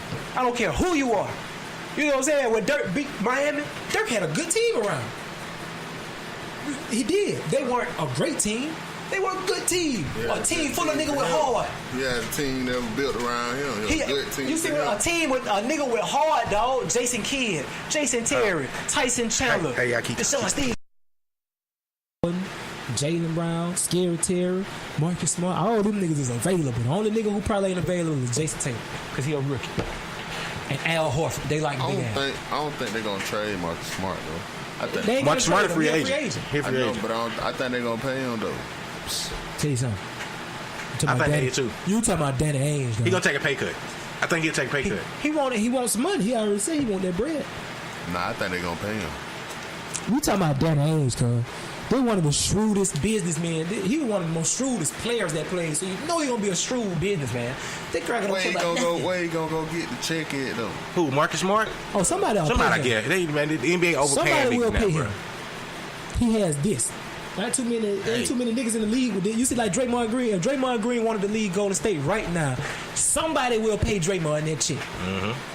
Because this right here, you don't find this everywhere, dog. You know, y'all know that. Y'all been in these streets. I'm finna say this right now. When I say this, I mean that hard, y'all. Kemba Walker is coming to Cleveland to play with LeBron. I don't know. I just felt like saying I just need somebody to come. Kemba Walker, one of the nicest niggas in the league. Yes. Dwight Howard finna get that buyout. Where the fuck he finna go? Leaving. You been saying that for years. You said that about JR. Like, this some fucked up shit. He said this shit for JR for years. All right. He say all the time, like, man, JR get a ring when he get with LeBron. This back when he was with the Nuggets and all types of shit. I'm like, man, fuck that. JR had never been able to play with LeBron. They can't play together. You was right. Along the same time, you been saying Dwight Howard get with LeBron, bro. They'll win a ring. I'm like, man, Dwight Howard, no, bro. That's the type of big man LeBron needs. But I just don't want him to be. I think Dwight going down now. He taking the pick. Yeah. No, he played pretty good last year though. He did get a decent spell. You put him in the right system, he going somewhere. He finna get a check. I mean, he ain't gonna even get a check because he finna get his buyout. So he'll take the cut somewhere to go play with somebody. Mm-hmm. Keep that in mind. So he keep Golden State in mind. Keep any light. Golden State don't need him. Shit, you don't think they'll add him if they could? JaVale McGee or Dwight Howard? JaVale McGee. Hey, JaVale, you had a good chance, man. Thank you for getting these last 2 rings with us, but we finna go with Dwight. Yeah, you right. Come on, bro. You finna go with Dwight Howard. Hey, thank you, JaVale. Hey, hopefully you gonna go to get somebody gonna pay JaVale now. JaVale can leave right now. He'll get a check somewhere. Not a big check, but man, that nigga he get a nice. He'll get a decent check. He get a check better than what he would have got 2 years ago. Almost no question. You know what I'm saying? Better than before this 2-year Golden State shit. No question. I bet he get a good. He'd be like, damn, they finna pay. I'm talking about $50 million plus, like 2-3 years. No. Yes, somewhere. Probably like if you talk about like 2-3 years, nigga like him, he'll probably get like 35, 40, something like that. That's still a goddamn lot for JaVale. That's a check. No if he don't go back to Golden State, he take a paycheck. He's not no $25 million a year type of nigga. Yeah. That's what 50 is. He look good, you know what I'm saying? But them finals make him look good. You're not 25. Not 25 mil worth. I don't know. Somebody pay him. Not 25. Somebody will break that bank. Not 25. Somebody will give that nigga around about 17. Not 25. Nobody can give him none of that shit. Y'all crazy, bro. I'm really in agreement with Diddy.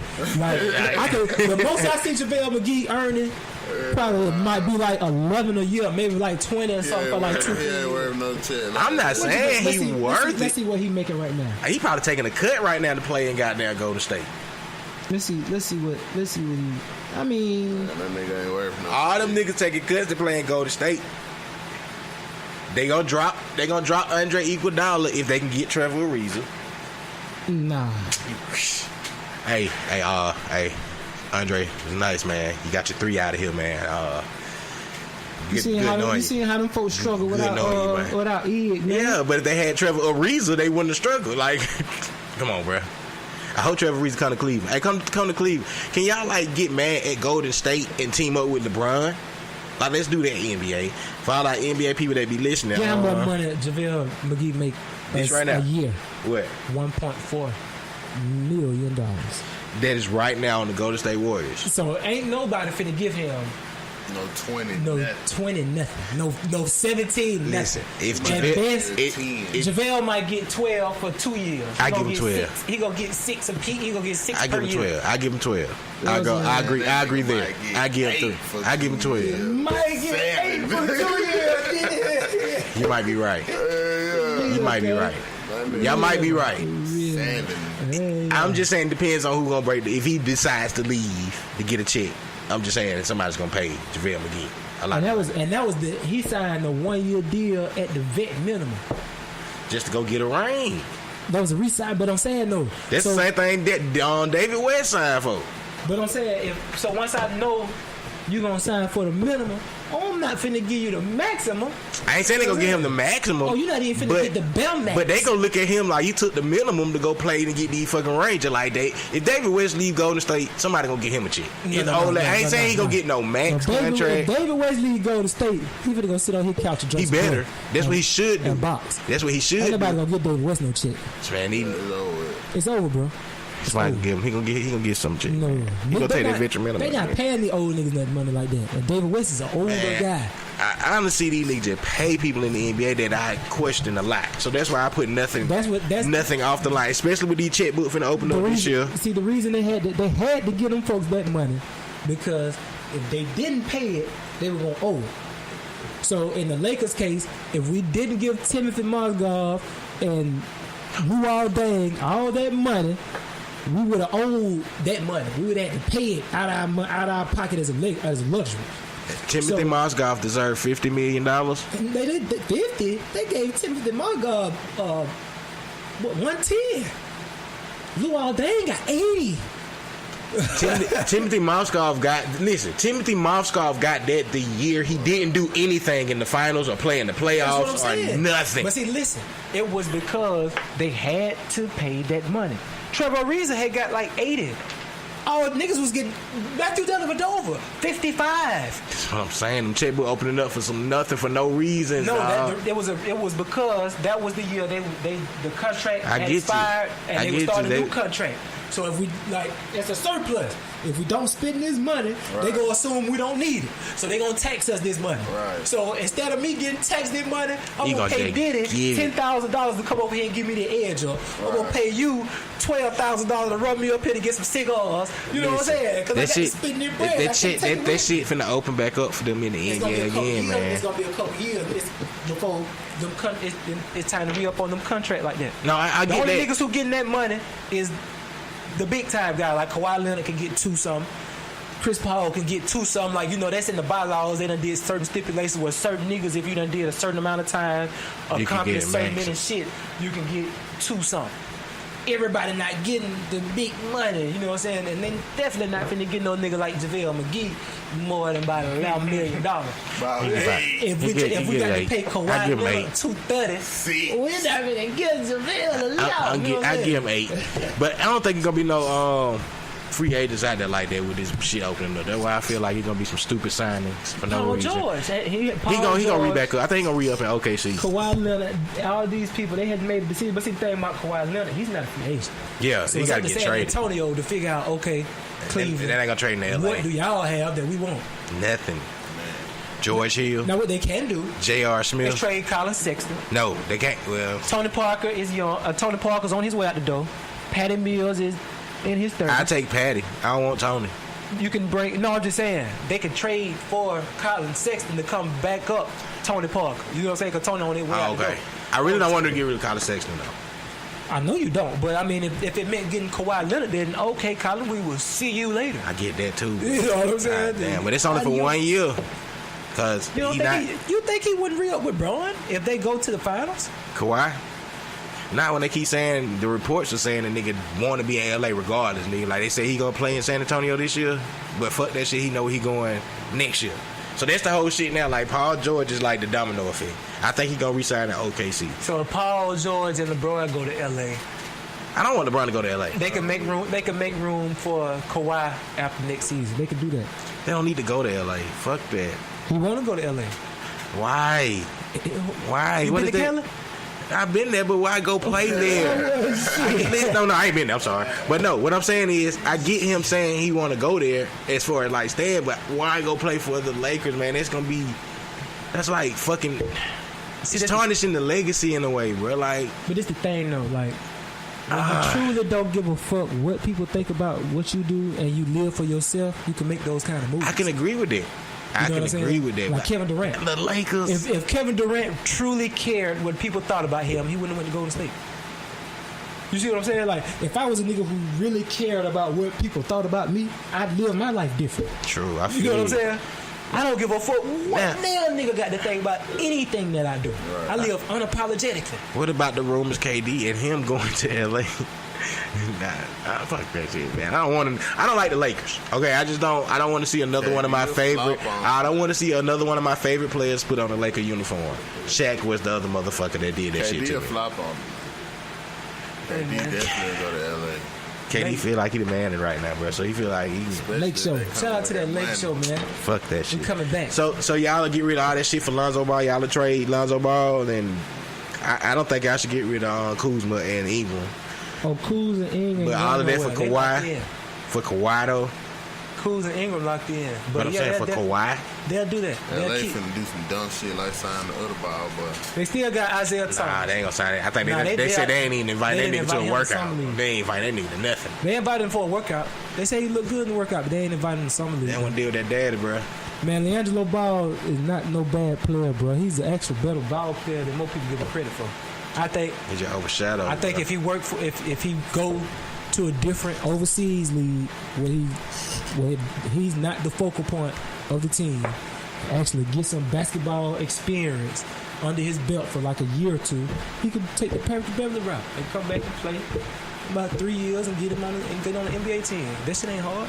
Like, just because you don't make the draft now and you don't get picked up in free agency now, don't mean that shit is done for you, girl. Like, just keep working on your game, my nigga. Shit. Oh, shit. NBA. Shout out to my motherfucking cousin, bro. I ain't bring that shit up, man. Your cousin got drafted? Trae Young, bro. Shout out to my nigga, bro. He in Atlanta, man. You know, he got drafted by Dallas. They traded him to goddamn Atlanta. Go to a Hawk game now, man. You know what I'm saying? I'm being that bitch. Shout out to Trae. You know what I'm saying? I like Trae. I think they selling him short. Atlanta finna goddamn do something with my guy. You know what I'm saying? Hey, I really fuck with that nigga though. That they traded him for though. Luka. I fuck with that nigga, bro. I'm sorry. That nigga 19 and that nigga been showing out over there. I like Luka. They went to Dallas. Him and got Dennis Smith together over there. That's gonna be a nice. He went to Atlanta, but Atlanta traded him for Trae Young. That's gonna be a nice pairing. So I like to see this shit. This I think Atlanta they're really trying to put some asses in the seats, and they hoping they're gonna get Trae Young. They gonna give him the freedom, and they hoping he could be a baby Steph and light the arena up. Cause when Steph got there, get going in Golden State, making them threes and boogieing on nigga, that shit like goddamn Mike Duncan on a nigga in Chicago. You know what I'm saying? So put some pieces around him though now, cause people forget that nigga led the league, led the college in like points and assists too. You know what I'm saying? So he can goddamn. It just when you started watching him on that main stage, that team wasn't around him. That's why that shit just went goddamn. He couldn't get in rhythm shooting them shots and shit. Like he a gym rat, bro. He a gym rat. He get better every them the players I like. The players that get better every year. The niggas who work on their game. That's why I like Kobe so much, dog. Kobe started out as a nigga who averaged 10 points a game, and then he ended up third all time, bro. Like, that shit just worked. JJ Redick. I like JJ Redick because JJ Redick couldn't even dribble the ball his sophomore year in college. Came back his junior and senior year, killing niggas off the drill. Couldn't play defense his first couple years in the league. Next couple years in the league, became a pretty solid defender. Listen, right.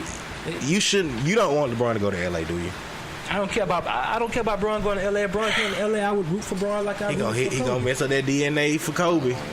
I would root for Kobe. I mean, I would root for Bron the same way I root for Kobe. He gonna mess up that DNA for Kobe. What you mean? Cause shit, LeBron. Let's say hypothetically, Bron go to LA. He brings some people with him, and then they really be like LA again. Guess what we gonna start forgetting about? How? Cause LeBron just gonna be the shit. You know how you can't forget about Kobe? Okay, how about this? How about this? How about this? When you're in the stadium, what you gonna pay if I did it? The statue. What you gonna pay a statue. That's what I'm getting at. let's say LeBron go to LA and win. You don't think he get a statue? He got to win more than one. Let's say LeBron go there and go back to back. I don't know. He got to win more than two. Every nigga out there in front of it's 6 statues out there. So he just got to win 3. It's 6 statues out there. He got to win 3 in LA to get a statue. Cause he win 2 there. He win 1 there. I'm just letting you know this right now. He win 1 there. They gonna retire his jersey. No. He wins 1 there as LeBron James. Los Angeles Lakers is gonna retire whatever number LeBron wear as the Los Angeles Lakers. Not one season. Man, this is the Lakers. This is a storied franchise. I know, but Ray, listen to me. This is coming from a LeBron nigga. Sometimes I can be biased. But I want you to just think about the storylines if LeBron went to LA next year and won a championship for LA. Did they retire Kevin Garnett jersey in Boston? They ain't not yet. But they going to. When? They going to. He retired before Paul. True, but they're going to. They just retired Paul jersey. But I'm saying eventually because Paul Pierce meant more to them than Kevin Garnett. They're not going to retire KG's jersey in Boston. I think they will. They're going to retire KG's Boston. They're going to retire KG's jersey in Minnesota. Definitely. But they will not do it in Boston. They're definitely going to do it in Boston. They're not going to retire Ray Allen's jersey in Boston. Because Ray Allen don't fuck with them on some deeper shit. He won 2 chips. But I'm talking about on the organization type shit. He won 1 chip. With the organization. Like, if you know anything, Paul Pierce, if you hear them talking interview, they don't fuck with Ray Allen. But what I'm saying, KG, anything's possible, bro. He was too monumental to the last Celtics championship, bro. You crazy. Like, I could see him getting a statue of him saying anything's possible in front of Boston. He meant something to. He left a DNA in that city that's not going to be unremembered. No. Because if you think about Paul Pierce, you're going to have to think about KG. At the end of, like, when you think about Paul Pierce championship. I can see KG not getting a statue. Man, I ain't saying statue. He's not going to get his jersey retired in Boston, cuz. You don't think he's going to get in the Ringer Circle or nothing in Boston or none of that shit? Like the Boston Ringer Circle, like their whole mentioning of. He may be in the Boston Celtics Hall of Fame. Because you know most teams have a Hall of Fame. Exactly, that's what I'm saying. Like that little ring. He may end up among that number, but he won't be up in the rafters. That shit mean too much to them people. So would LeBron not be up in the rafters in Miami? Yes, he won 2 championships out of the only 3 that they have. This is what I'm saying. Without KG, you know what? I take that back. Come on, man. I take that back. I don't know. Dwayne Wade, definitely. Most definitely. LeBron, possibly because of what they did in Miami. The Shaq got a jersey hanging up in LA? Of course. No. Did they retire Shaq jersey? Shaq got a statue in LA. He has a statue. Of course, Shaq number got to be retired. I think they did it in Orlando too. That's what I'm getting at. I don't think they did. Did they retire his shit in Orlando? Come on, man. This nigga is still in Orlando right now. Like, they love him in Orlando. Like, they love Shaq everywhere. And that's what I'm. He left too big of an imprint in Orlando. That's all I'm saying. Phoenix and Boston not gonna retire your Shaq jersey because he played for them. Orlando will because he built some DNA in Orlando. Orlando and Shaq got a whole bond together that we'll never forget. Same thing with Shaq in LA. Okay, so Miami retired Shaq jersey. They did too? They did that. See? He played how many seasons there? You know why they retired his jersey? Because he won them their first championship. First. You don't think KG's gonna be remembered in Boston Celtic history? That was their 19th. But don't matter. Okay, 20th, baby. But with one of the most arguably one of the Boston Celtics best players ever. No. And he not get KG. Man, that's not me saying that. I'm just saying going statistically. When you look at the Paul Pierce left his way imprint. I'm not putting him over Larry Bird. I don't think he's better than Larry Bird. Paul Pierce played 17 seasons in Boston. Without KG, do Paul Pierce get a ring? No. So when you think of Paul Pierce championship, you're going to always remember. If they had that same team just without KG? Is that what you're asking? No, let me put it this way. When KG goes into the Hall of Fame, then Boston's going to do something for KG in Boston. How about that? That's what I'm saying. When KG's elected into the Hall of Fame, when it's over and it's said, when his time is there, he gets to put on his goddamn, he's in there, Boston's going to do something for him. I understand why Boston immediately does something for Paul Pierce because Paul Pierce, like you said, played so many seasons there. But the championship that Boston Celtics has is going to be remembered forever in Boston because I don't think they're going to win for a couple, for a minute. And guess who's going to be in their imprint along that line? LeBron James. He stood between them, getting better. And Kobe. Kobe definitely. If Bron go to LA Kobe definitely and win a championship, they will not retire his jersey. Kevin Garnett is not gonna. I don't see it happen. I just don't see it. I see it. I mean, I see it. He's definitely a fan favorite. KG always done been one of my favorite players. If Bron go to LA, he gonna bring LA back. That's all we gonna remember, bro. Showtime. That's all we gonna remember. Do y'all not know how many? Do y'all know how old LeBron James is in basketball years? Basketball years. I'm not talking about real life. I mean basketball years. How old is LeBron in basketball years? Dinosaur. Because you got to think about he been playing forever. When was the last time LeBron had an off season? I can't name it. Maybe recently. Starting recently. I can name it. I can tell you when the last time he had an off season.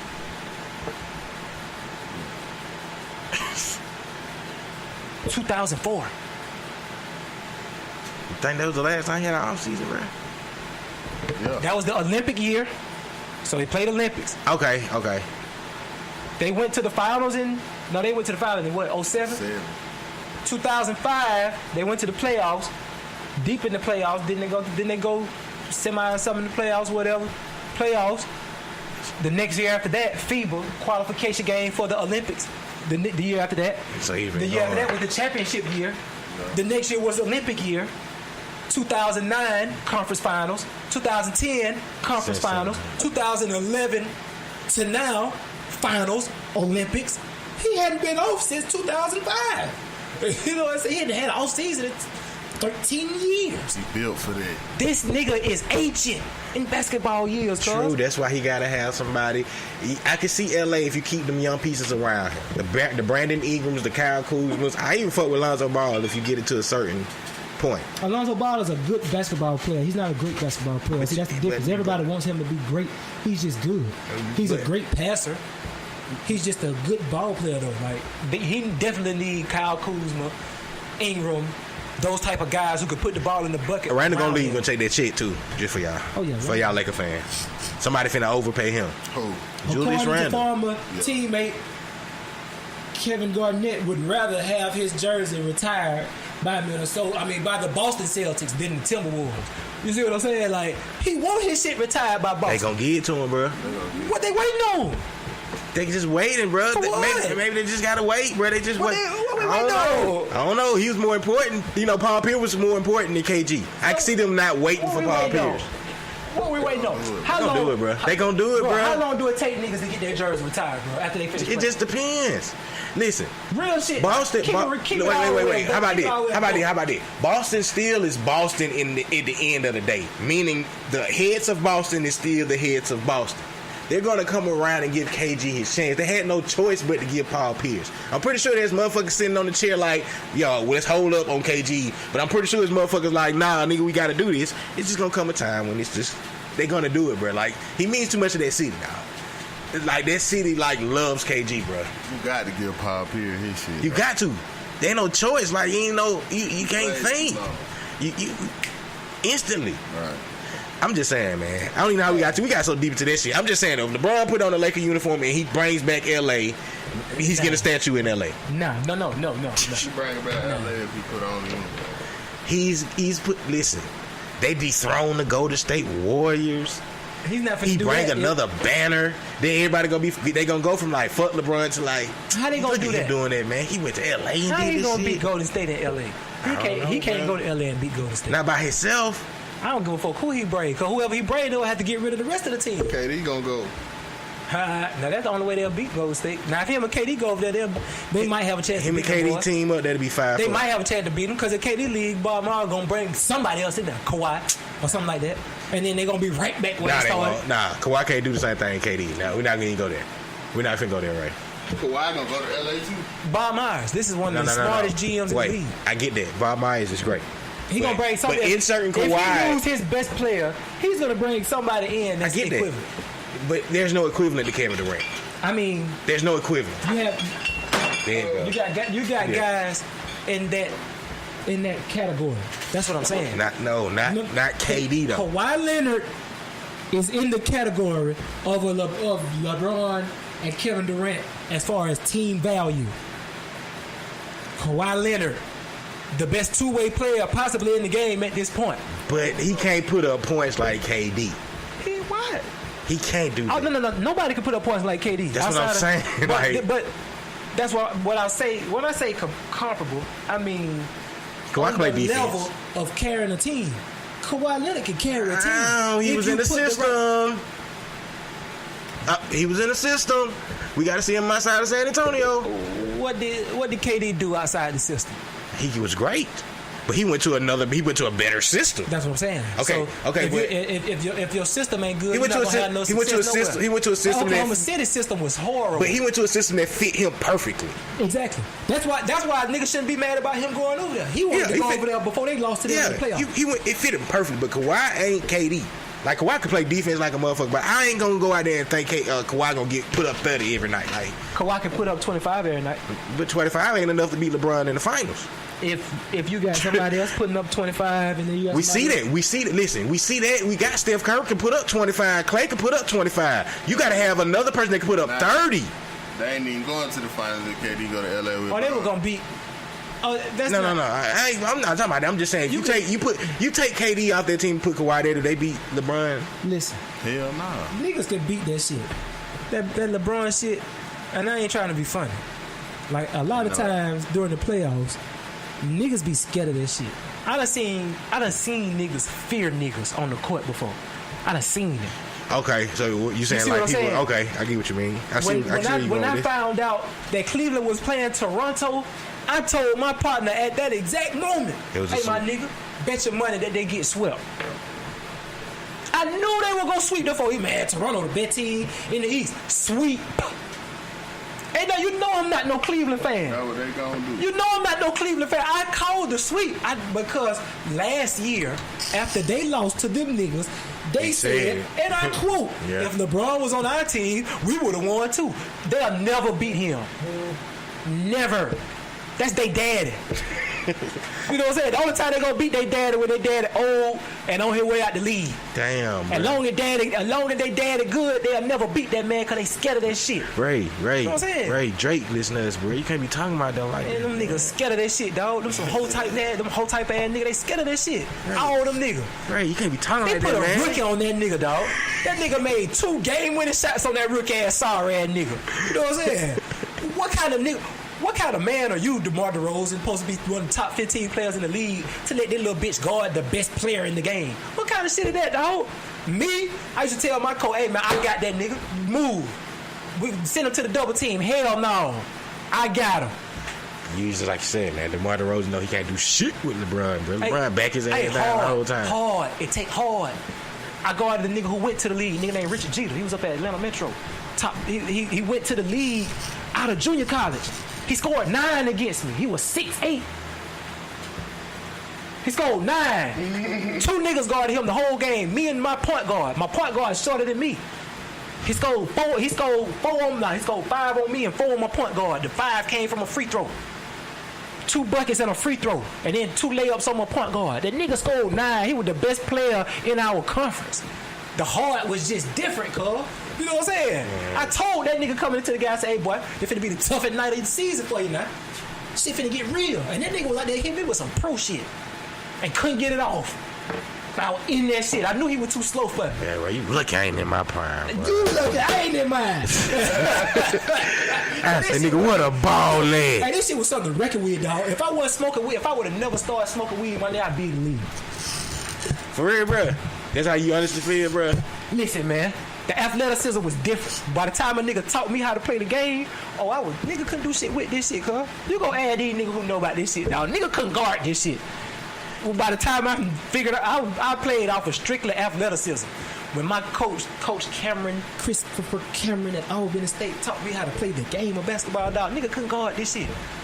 At all. Right. Nigga couldn't guard this shit, you still do. You still hoop, though. Right now to this day. I'm going to hoop tomorrow. I'm going to Kendrick. Why you ain't all summer 18. Man, look, man, you need to be trying out for that. You need to be trying out for that goddamn 3-on-3 or something, nigga. Goddamn, bro, man, go take that talent, man. Take that talent to South Beach. I smoked too much reefer, dog. That's why I was saying that hardcore shit. Yo, I was talking about. I wouldn't have picked up that weed, my nigga just stayed in super athletic shape, bro. This shit would have been crazy, bro.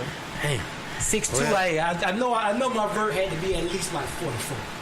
Yeah. I ain't even getting that shit measured, cuz, but I was, hey, I used to just walk up to the rim and just windmill, my nigga. This no exaggeration. This shit was serious. I used to put this. I used to go put on a show for nigga, man. We used to go to nigga hoods. We used to go to run and shoot in the 8 and take that shit the fuck over. We get to run and shoot at 10 o'clock. We leave run and shoot by 9 o'clock. We ain't lost but like 2-3 games, dog. Pro niggas, all that shit, all the ATL niggas, yeah, what's up? Shout out, that shit was going there and kick them niggas' ass. And talk all kind of shit. Go get some wind across the street, eat, look at them bullshit around for an hour, get back on and kick more ass. Hey, that nigga really been out there for real. Like the wind across the street, nigga, yeah, the wind is across the goddamn. Nigga know about this shit, man. Man. For real, man. I love, you see how I talk about this shit. Hell yeah. Man. Hey, that's the name of the episode. For all our listeners, this episode called Hoopin. Cause that's all we fucking talked about for real, goddamn. Hey. But shit, we supposed to have a sports panel episode anyway, right? You gotta come back again when we had that motherfucking goddamn sports shit, cause there's a lot of sports shit. We got to do a Columbus best of, not say best of, but like top players in Columbus. You know what I'm saying? There's a lot of niggas from the Seacoast at the time. There's a lot of niggas who didn't play school ball. Nah, I ain't even talking about college. I'm talking about high school.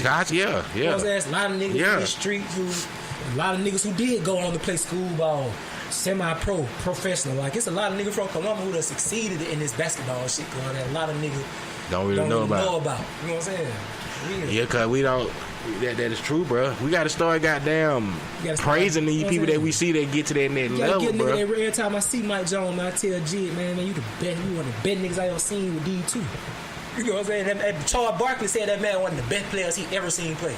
On TNT, they were talking about that after he got the little Auburn shit inside the NBA. Like, who one of the best players? And man, it was a guy from Alabama, man, Mike Jones. Man, Mike, one of the best guys I ever seen. Jig ain't played there but like 2 seasons, I think. Maybe 3. He in the Hall of Fame. At Auburn. Like, that shit was serious. Nigga like running battle, the all-time 3-point shooter. Light skin nigga. Dark skin. He the all-time 3-point leader at what black went to school? Auburn. I'm talking about G. Nah, Mike Jones, dark skin. Yeah, big tall dark skin nigga. Mike Jones, man. G on the best nigga. G probably the best nigga from around here, man. Him and Christopher Bailey. Niggas say what they want to say, but that college boy, nigga ain't seen that like Chris, boy. Chris Bailey was different. Y'all know that nigga? Y'all don't know Chris, man. I mean, I don't know names. Well, that's what I gotta say. Chris was in jail. I gotta say. You said 97, y'all was still in high school. Yeah, I was in high school, bro. Now I'm middle school. I said elementary school. Yeah, Bailey got locked up. I was in middle school. I think Chris Bailey went to jail around like 99. Something like that, 2000, he went to jail, so yeah. Hey man, that nigga, I went to high school. That nigga one of the best niggas throughout the jail circuit, dog. I went to high school in 2000. I went to high school in 99. If y'all know a jail nigga, any real jail nigga been down the road, all that, ask about College Boy. Hey man, you heard that College Boy, man, in Columbus, Georgia? Yeah, man, nigga's a legend, dog. All the jails, the streets, like that shit was, he was supposed to go to the league. He had it. He was that fucking good. He got fucked up on some shit. Hey man, just the streets, my nigga. Home life was fucked up. Tony Adams tried, dog. Tony tried. Mahone, they tried, bro. They tried. But shit, bro, out there. He was in them streets. That shit crazy though. When you hear like, not even just in Columbus, but just everywhere. If you hear the stories about like the best basketball players and shit, bro, they always be the motherfuckers like, that nigga just got down. They ain't make it, bro. They got killed or Marquis gonna go to the league, bro. When Jamal Crawford, the year Jamal Crawford was at Michigan, him, Jamal Crawford, and the other big boy, they were the top 3 recruits coming in. He got shot up there at Spiderweb. They backed off. Flem Tucker, nigga who got his jersey retired at Albany State, one of the absolute best niggas I ever seen played against. We're going to Georgia Tech, got shot at the club his senior year. They backed off. You know what I'm saying? And this type of Jermaine Williams from Miami played at the River Dragon. He used to be right here in Columbus. One of the best niggas I ever seen. 6'9", tough, thug. Had goddamn 8 perm goals in. So yeah, he played in the league for a little bit. Thug. She didn't make it. Got shot. Backed up out for him. You know what I'm saying? That shit real, cuz. That's why I tell these young niggas, man, if you good, see this shit through. Don't get sidetracked by the little bullshit in your life, cause you deal with real life when you leave the court. Yeah. So you got to stay focused on all the niggas who came from the projects in the league and all that shit. Them niggas will tell you, boy, I stayed on the court. I used to go to the basketball court. That's what I did. That's how I made it, cuz. Basketball. I used to walk past these niggas, set a draw, and go hoop. Every day. You know what I'm saying? That's how I made it, my nigga. Them old niggas, boy, get out of here, boy. Something better for you. Get on out of here. When I started hustling, nigga couldn't believe it. I'm like, boy, boy, time hard, boy. I ain't got no money. I got to get out of here. What you mean? But shit, them old niggas didn't let that shit. They ain't let niggas do that shit. You had to be your home life had to be fucked up to the point you had to be out there be out there with them old niggas. That shit wasn't like it here. Now you couldn't just post up. Boy, get your young ass out of here, boy. There's some shit going on over here. You go run around. You know what I'm saying? It's day different, bro. I appreciate y'all having me, my brother. Anytime, bro. Shit, anytime. Bro, we give a fuck. That's I what miss I do. this shit, my nigga. I gotta come out here and kick shit. Anytime, bro. I told you when we got back on, I was gonna hit you and let you know, bro. So anytime we record, you want to pull up, my nigga, pull up. So we really with the we have anything. We don't give a fuck what we talk about, man. Yeah, man. Y'all talking about this all kind of shit we missed in the. We ain't get to talk about none of that good entertainment shit. We ain't get to talk about X too much, man. Rest in peace. Yeah, rest in peace. There's a lot of people man. talking bad about him because of domestic violence charges and all that shit. And I understand that. Like, you don't have to champion somebody. True. If you don't like somebody, you don't have to say rest in peace. You know what I'm saying? You're not obligated to tell somebody rest in peace. You don't have to say shit. Right. That's the Keep thing. Just don't even acknowledge the man. Exactly. You ain't got to get on there and bash this dead man who can't defend himself. Well, fuck him, man. Fuck him. It was social media, He man. beat his girlfriend. So every nigga who beat their girlfriend deserve to get killed? Is that what we on? Is that what we saying, bitch? You know what I'm saying? So is that what you give everybody an opinion? You know? Yeah, we get that. What social media do? So, for everybody got a voice, man. And there was another nigga who died too, Jimmy Wapo. Yeah, we were talking about Jimmy Wapo, Pittsburgh. Rest in peace to his family. You know, this shit crazy, man. These nigga, man. If I was a nigga, if the Cho blew in Columbia, hey man, I know where to go and where not to go. Like exactly, right now, bro. I go all over on the south side and hang out and all that shit. I go over there all the time. If I was a nigga worth $300,000-$400,000, I can't go over there like that like I used to. I don't know them folk, but they know me. You know what I'm saying? Right now, I know a couple niggas over there, but I don't know them young niggas. But they don't know me neither. That's how I can go over there and move around. But if I go over there, young niggas say, boy, that nigga who's on Instagram flashing $400,000, boy, they gonna get that nigga ass. That's exactly what it is right You see there, what I'm bro. saying? Like, Got some on me. nigga, Exactly. I go goddamn over there, New Beginnings. Shout out New Beginnings, one of the best restaurants in Columbia with that fire food. I go New Beginnings and get my goddamn plate and pull out goddamn 2 band young nigga behind me, see it and follow me to my car. You know what I'm saying? You got to be cautious of the shit you do, cuz. See, that's what happens. No, I'm just. They said that's pretty much what happened. They said the same nigga who killed him was in a store with him. Like they were on surveillance at some point in the area with him. You know what I'm saying? Right. So they were laying on the. Some of my little partners done follow nigga from strip club to strip club, laying on nigga ass. Nigga who they know got that bread. You know what I'm saying? Just waiting on the perfect time. That's how these young niggas is. This nigga. I be in the hood. Only time you gonna catch me over here is to get my fucking wings from Jamie's. God damn it. And I call her and she gonna be 15 minutes, nigga. Fuck out this bitch. What wrong with y'all niggas? You know what I'm saying? Like the hood, like. Get my mama from over there, motherfucker. The hood cool, my nigga, if that's where you stay at. Mm-hmm. If that's where you But at. you don't need to be there. I mean, what's the point after I get coming back? I'm a different. I feel like you should be able to come home. Back. Yeah, I think it's if inspiration. Your face card good. Your face card good. You're an inspiration to motherfuckers. You ain't gotta be it's certain times and shit. Nigga, you ain't supposed to be around this bitch in time, but you gotta know how to move. You gotta know how to move. I never not come back to the east side. Like that'd be retarded. Like, I can't phantom that. You know what I'm saying? Like it's either the kids. I will always go to the dub. I don't give a fuck if I'm worth $19 million. I will forever not be afraid to get out of my car and go in the song store and get me a cigar. You know what I'm saying? Go down to the Super C and get me a water. Or go down Colorado or Georgia, one of them streets and holler and see one of my niggas I grew up with and get out the car and holler at this nigga with 100 bands in my pocket. You see what I'm saying? Yeah, like because I know my shit straight from where I'm at. I ain't did nobody wrong over there. Mm-hmm. You know what I'm saying? Ain't got no niggas looking for me. I ain't no fuck shit. I don't talk shit about niggas. I don't put on. I don't claim shit that I don't do. You know that's what I'm saying? exactly what it is right there. Niggas put it on, bro. Like I'm from that breed. I don't like this. I ain't gonna show shit anyway. Like I don't get that. I get it, but then I don't get it. These days, if a nigga think you got it, they gon' go. They coming for it. All nigga got to do is think you got it. He ain't even got to see it. He just think you got it. They coming.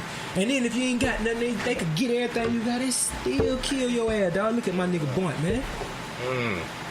Take everything you got and still kill you, bro. God bless my nigga, man. You know what I'm saying? Boint, man, y'all, we know Boint, man. Boint was the coolest nigga, cuz.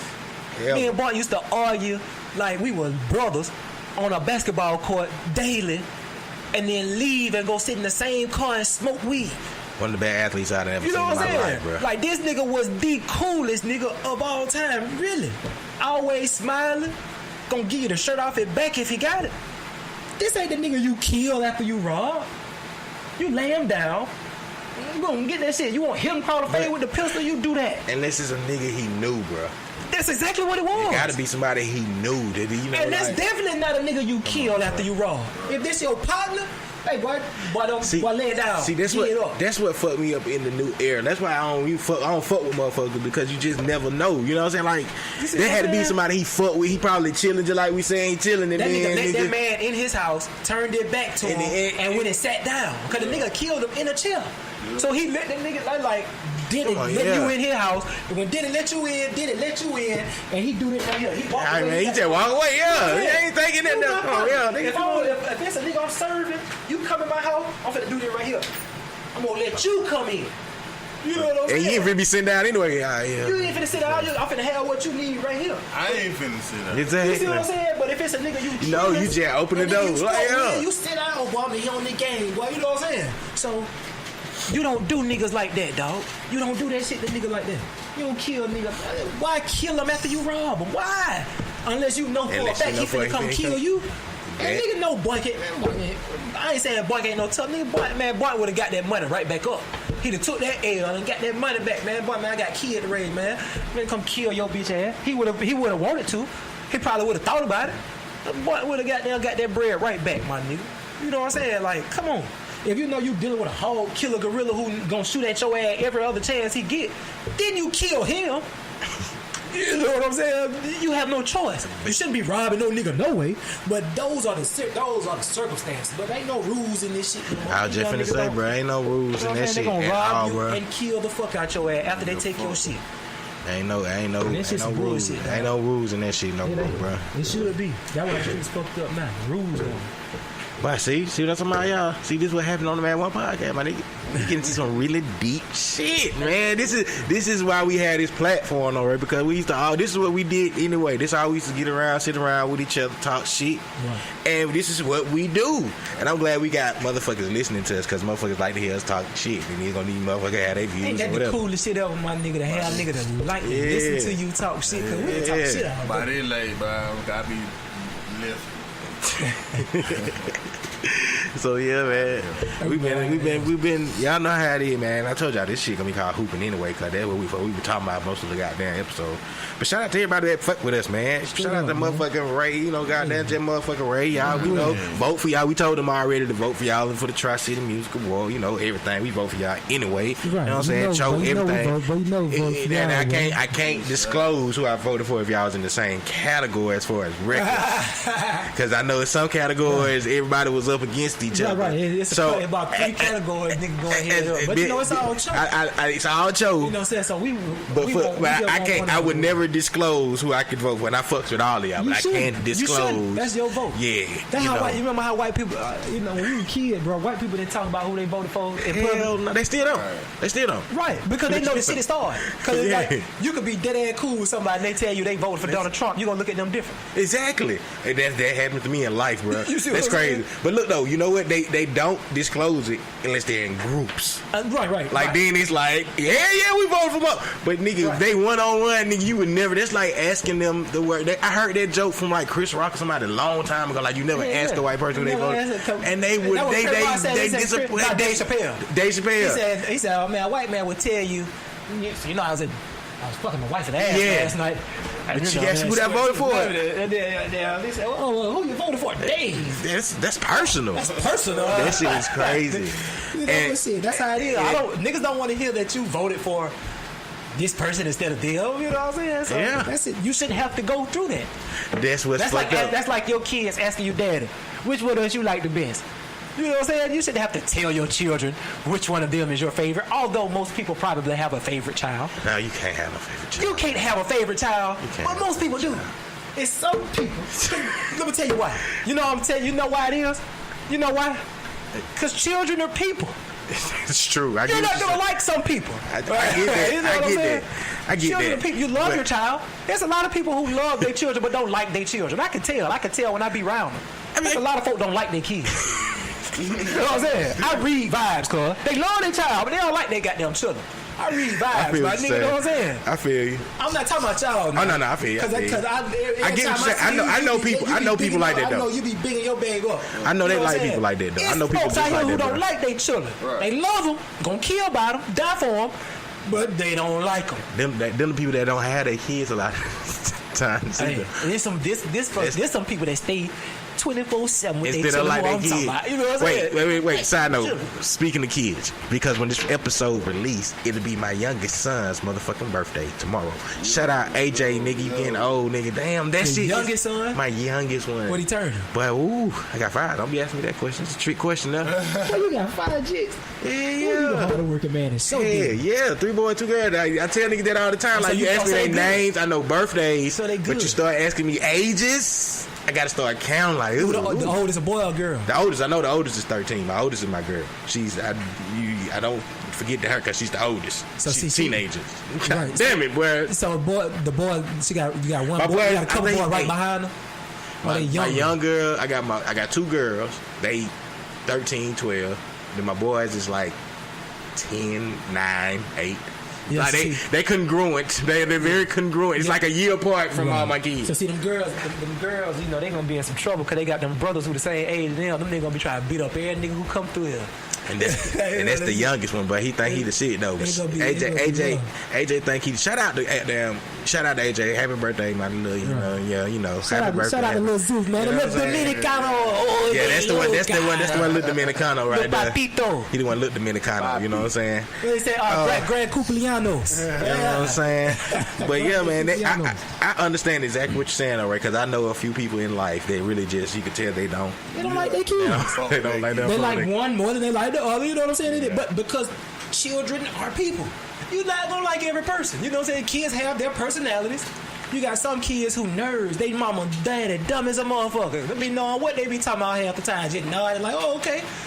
You know what I'm saying? Like, they don't get along with their child. They love them, but they don't have shit in common with them kids a lot of times. I wonder what that would trace back. I mean, I guess I look at it from a perspective of like, I ain't have no daddy. You know what I'm saying? So, I mean, I had one, but he died when I was young. Right. So that's why I look at it from that perspective of like, my kids. If they make any sense, like I get not like I like them all the best. Now, do they get on my nerves at times? Yes, definitely at times. Right. But having multiple ones, you're right. It's fucking 5 different multiple personalities. It's the way God just combines you and your significant other who you had your baby with, and it's like they. Oh my God! Both of y'all made 5 different versions of the both of y'all. You see what I'm saying? Like that shit is crazy. And then you see it. Though you see it there by their actions, and you see which ones have. And I ain't trying to be funny. Nah, like saying, you know, because them folks love their children. When I say, it's a big difference between. Like they don't fuck with their kids. You know what I'm saying? Like, you know what I'm saying? Because all parents sacrifice not all. There's some shitty parents, but you know, most parents sacrifice and go to bat and do what they supposed to do for their children. You know what I'm saying? What they supposed to. Parenting is the toughest job, but like you said, you didn't have a dad. So you think about like in high school. I didn't have a car in high school. You know what I'm saying? So it's niggas who had multiple cars in high school.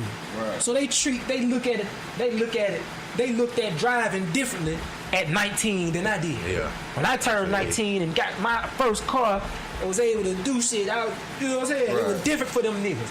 That's how it is. Like you didn't grow up with a dad. Yeah, nah. I grew up with my dad. So our dynamic gonna be different anyway. Right. One with, one without. It's not better. It's just gonna be different. Be different. Yeah, yeah. You gonna be like, I want to make sure my child don't experience none of this shit I experienced. You know what I'm saying? And all I'll be doing is just living from the perspective of how my daddy raised me, which is being around. Mm-hmm. You know what I'm saying? So in both cases, it can be beneficial. Your daddy not being in your life can be beneficial to your children. Oh yeah, because it make your bond with them a little more special because your daddy wasn't there, and it's not that your daddy left, but your daddy passed. You lost your daddy. So you understand the importance of making an impact on your children's life. You know what I'm saying? Because your daddy taught you shit that stay with you to this day. Exactly. You know what I'm saying? So it's a big thing. That shit is major, cuz. Like, man, that shit got deep in this motherfucker, man. You know what I'm saying? Parenthood is the most important, most responsibility, my nigga. Like, that shit is the quintessential, most important thing you can do is be a good parent. Because people out here being assholes as adults because they don't know shit. Some people were taught well and still grew up to be crazy, but somewhere along the line, there was a miscommunication in this child's childhood. Either he was around poverty, he was around too much shit he shouldn't have saw. You weren't communicating the things that he saw to him well enough for him to understand not to do this shit. Like, you know what I'm saying? Like, parenting, it can all come back to parenting. I ain't trying to be funny because parenting is a very hard job. You can't be everywhere. You can't make sure your child doing everything. Everything, you right. Everything come back to parenting. If you tell your child you beautiful, can't nobody stop you. Can't nobody make you do what you don't want to do. Not even parenting, just upbringing. Surrounding. You know what I'm saying? All that. You know what I'm saying? All that is key. Being financially responsible and financially important that's important to your child. You know what I'm saying? Yeah. Roots. I ain't have hot water in a lot of times in childhood. Lights, food. Like, you know what I'm saying? Like, we went without a lot of times growing up. You know, we talked about this before. You know what that plays a part in? Like we just said, I thought about that upbringing. Because it could be just more than outside the parenting. Even though I say I grew up without my dad because he died when he died when I was young. The upbringing meaning like the family structure. I know that with me and your kids, like even with the grandparents, the cousins, that they have a lot of people don't got that. Like we take a lot of shit you gotta take for granted when we say, oh yeah, my cousin. And I know people that's like, yo, I don't even. You got to play with your cousin when you was little. You know what I'm saying? Like, yeah, I knew my auntie. You know, like, yeah. Aunties. Like, yeah. You know what I'm saying? But see, that plays a part in it. I think that plays a part in watching the kids grow up, too. Because you see how kids have different mindsets because of the upbringing. Because, like, you know, I know when I grew up, my aunties, I knew certain auntie houses I can go over, they playing that shit. They gonna be doing certain shit. Or I go to my other auntie house, we gonna have fun, and you know. That was my mom. Yeah. My mama was the auntie house. You know, you got a yes ma'am, no ma'am. Oh hey, yeah. You don't goddamn run in and out my house. Don't be going in my refrigerator. She was that auntie. But that's You know, that's where I get my parents from, man. Strict and cool. Cause my mama was just like that, but it's like we had everything in my house, man. Like it was cool to fuck in my house. Like shit, we had food. Right. Like you know what I'm saying? Like yeah, everybody let you say that in, bro. They love that. My mom, I used to hear my mama say most rules they love ever. her because my mama made them respect her. Yeah. You know what I'm saying? Like that is true. The rest of them parents, you can say yeah, no, too much. Them nigga come in my house, yeah, no. Mama, you want something to drink? Oh yeah. Who you talking to like that? Ray, see, Ray, this how we connect, bro. Cause I can tell by just that's how we connect because your upbringing just like that. Cause my mama is the same way, exact way, bro. Like I used to always be like, man, don't go in that shit. Tell mama, hey, bro, don't go in there with that. Yeah, nah, bro. Cause my mama. Tell nigga, but my mama ain't with that shit, boy. Play that shit. You know hey, bro, don't be cussing or nothing out loud, bro. You like, can't do none of that in here. Yeah, you gonna figure that shit out anyway, boy. That shit crazy, man. You ain't finna put your feet up on no furniture. You're not finna do none of the shit you do at home in here, cuz you're not finna do it. And they knew that. And they still like to come over there. How it was. Well, my mama had the worst rules ever, but we used to goddamn. Boy. Back in them high days, boy. They used to be them day. Like, why? But my mom be in that bit cooking some shit up one day. You be in that bit high as a motherfucker. Just like, look at God, boy. Yeah. Look at God, nigga. But yeah, man, we been in this bit 5 down 2 hours, man. But shout out to all I got there, listeners, subscribers, followers. Jim motherfucking Ray for coming through. Hey. Make sure I make a quick side note. July 10th, Laugh and Skull. The nigga in the goddamn motherfucking building, nigga, Atlanta. You know, you got to pre-order your tickets now because them bitches sell out. Yeah. You pre-order them on laughingskulls.com or some shit like that. Get up there, man. Don't worry, I got some more shit we gonna talk about when we got down start recording, man. I got a lot of shit goddamn finna be in preparation, my nigga, with the comedy shit. So, you know, I know you gonna have some chances to see some shit, man. Right. You know what I'm saying? We got some shit in the plan. But yeah, for everybody that's listening, if you wanna check me out, I'm gonna be in Atlanta July 10th. It's like, no, I already got damn tickets. It's already there on my end. I got no choice. Y'all will see me in this motherfucker. Right. 5 of my good men, this motherfuckers. So enjoy that shit. Other than that, I got some other shit, man. I didn't do Found City this past week because I kind of been sick for a couple of days. But I will be back in that motherfucker. I got some shit coming up with Found City. I got a lot of shit, man. So shout out to everybody, man. Zeus the comedian, man. It's been going real good, bro. I ain't gonna flex. I took off like June. Okay. For real. I mean, just shit started coming up and things was happening, kind of threw me the fuck off. But it kind of worked out for the best because I got some other shit in motion during that time, if that made sense. Right. So yeah, so July y'all gonna see me a lot in Atlanta, and y'all gonna still see me here, you know, Found City every other Thursday in Columbus. But in Atlanta, I will let y'all know more and more dates and where y'all will see me at them mics up there. Okay. All right. So shit. Thank y'all for everybody that been checking me out though, man. You know what I'm saying? Shout out to everybody. Yeah. Appreciate all y'all, man. Y'all be on the lookout.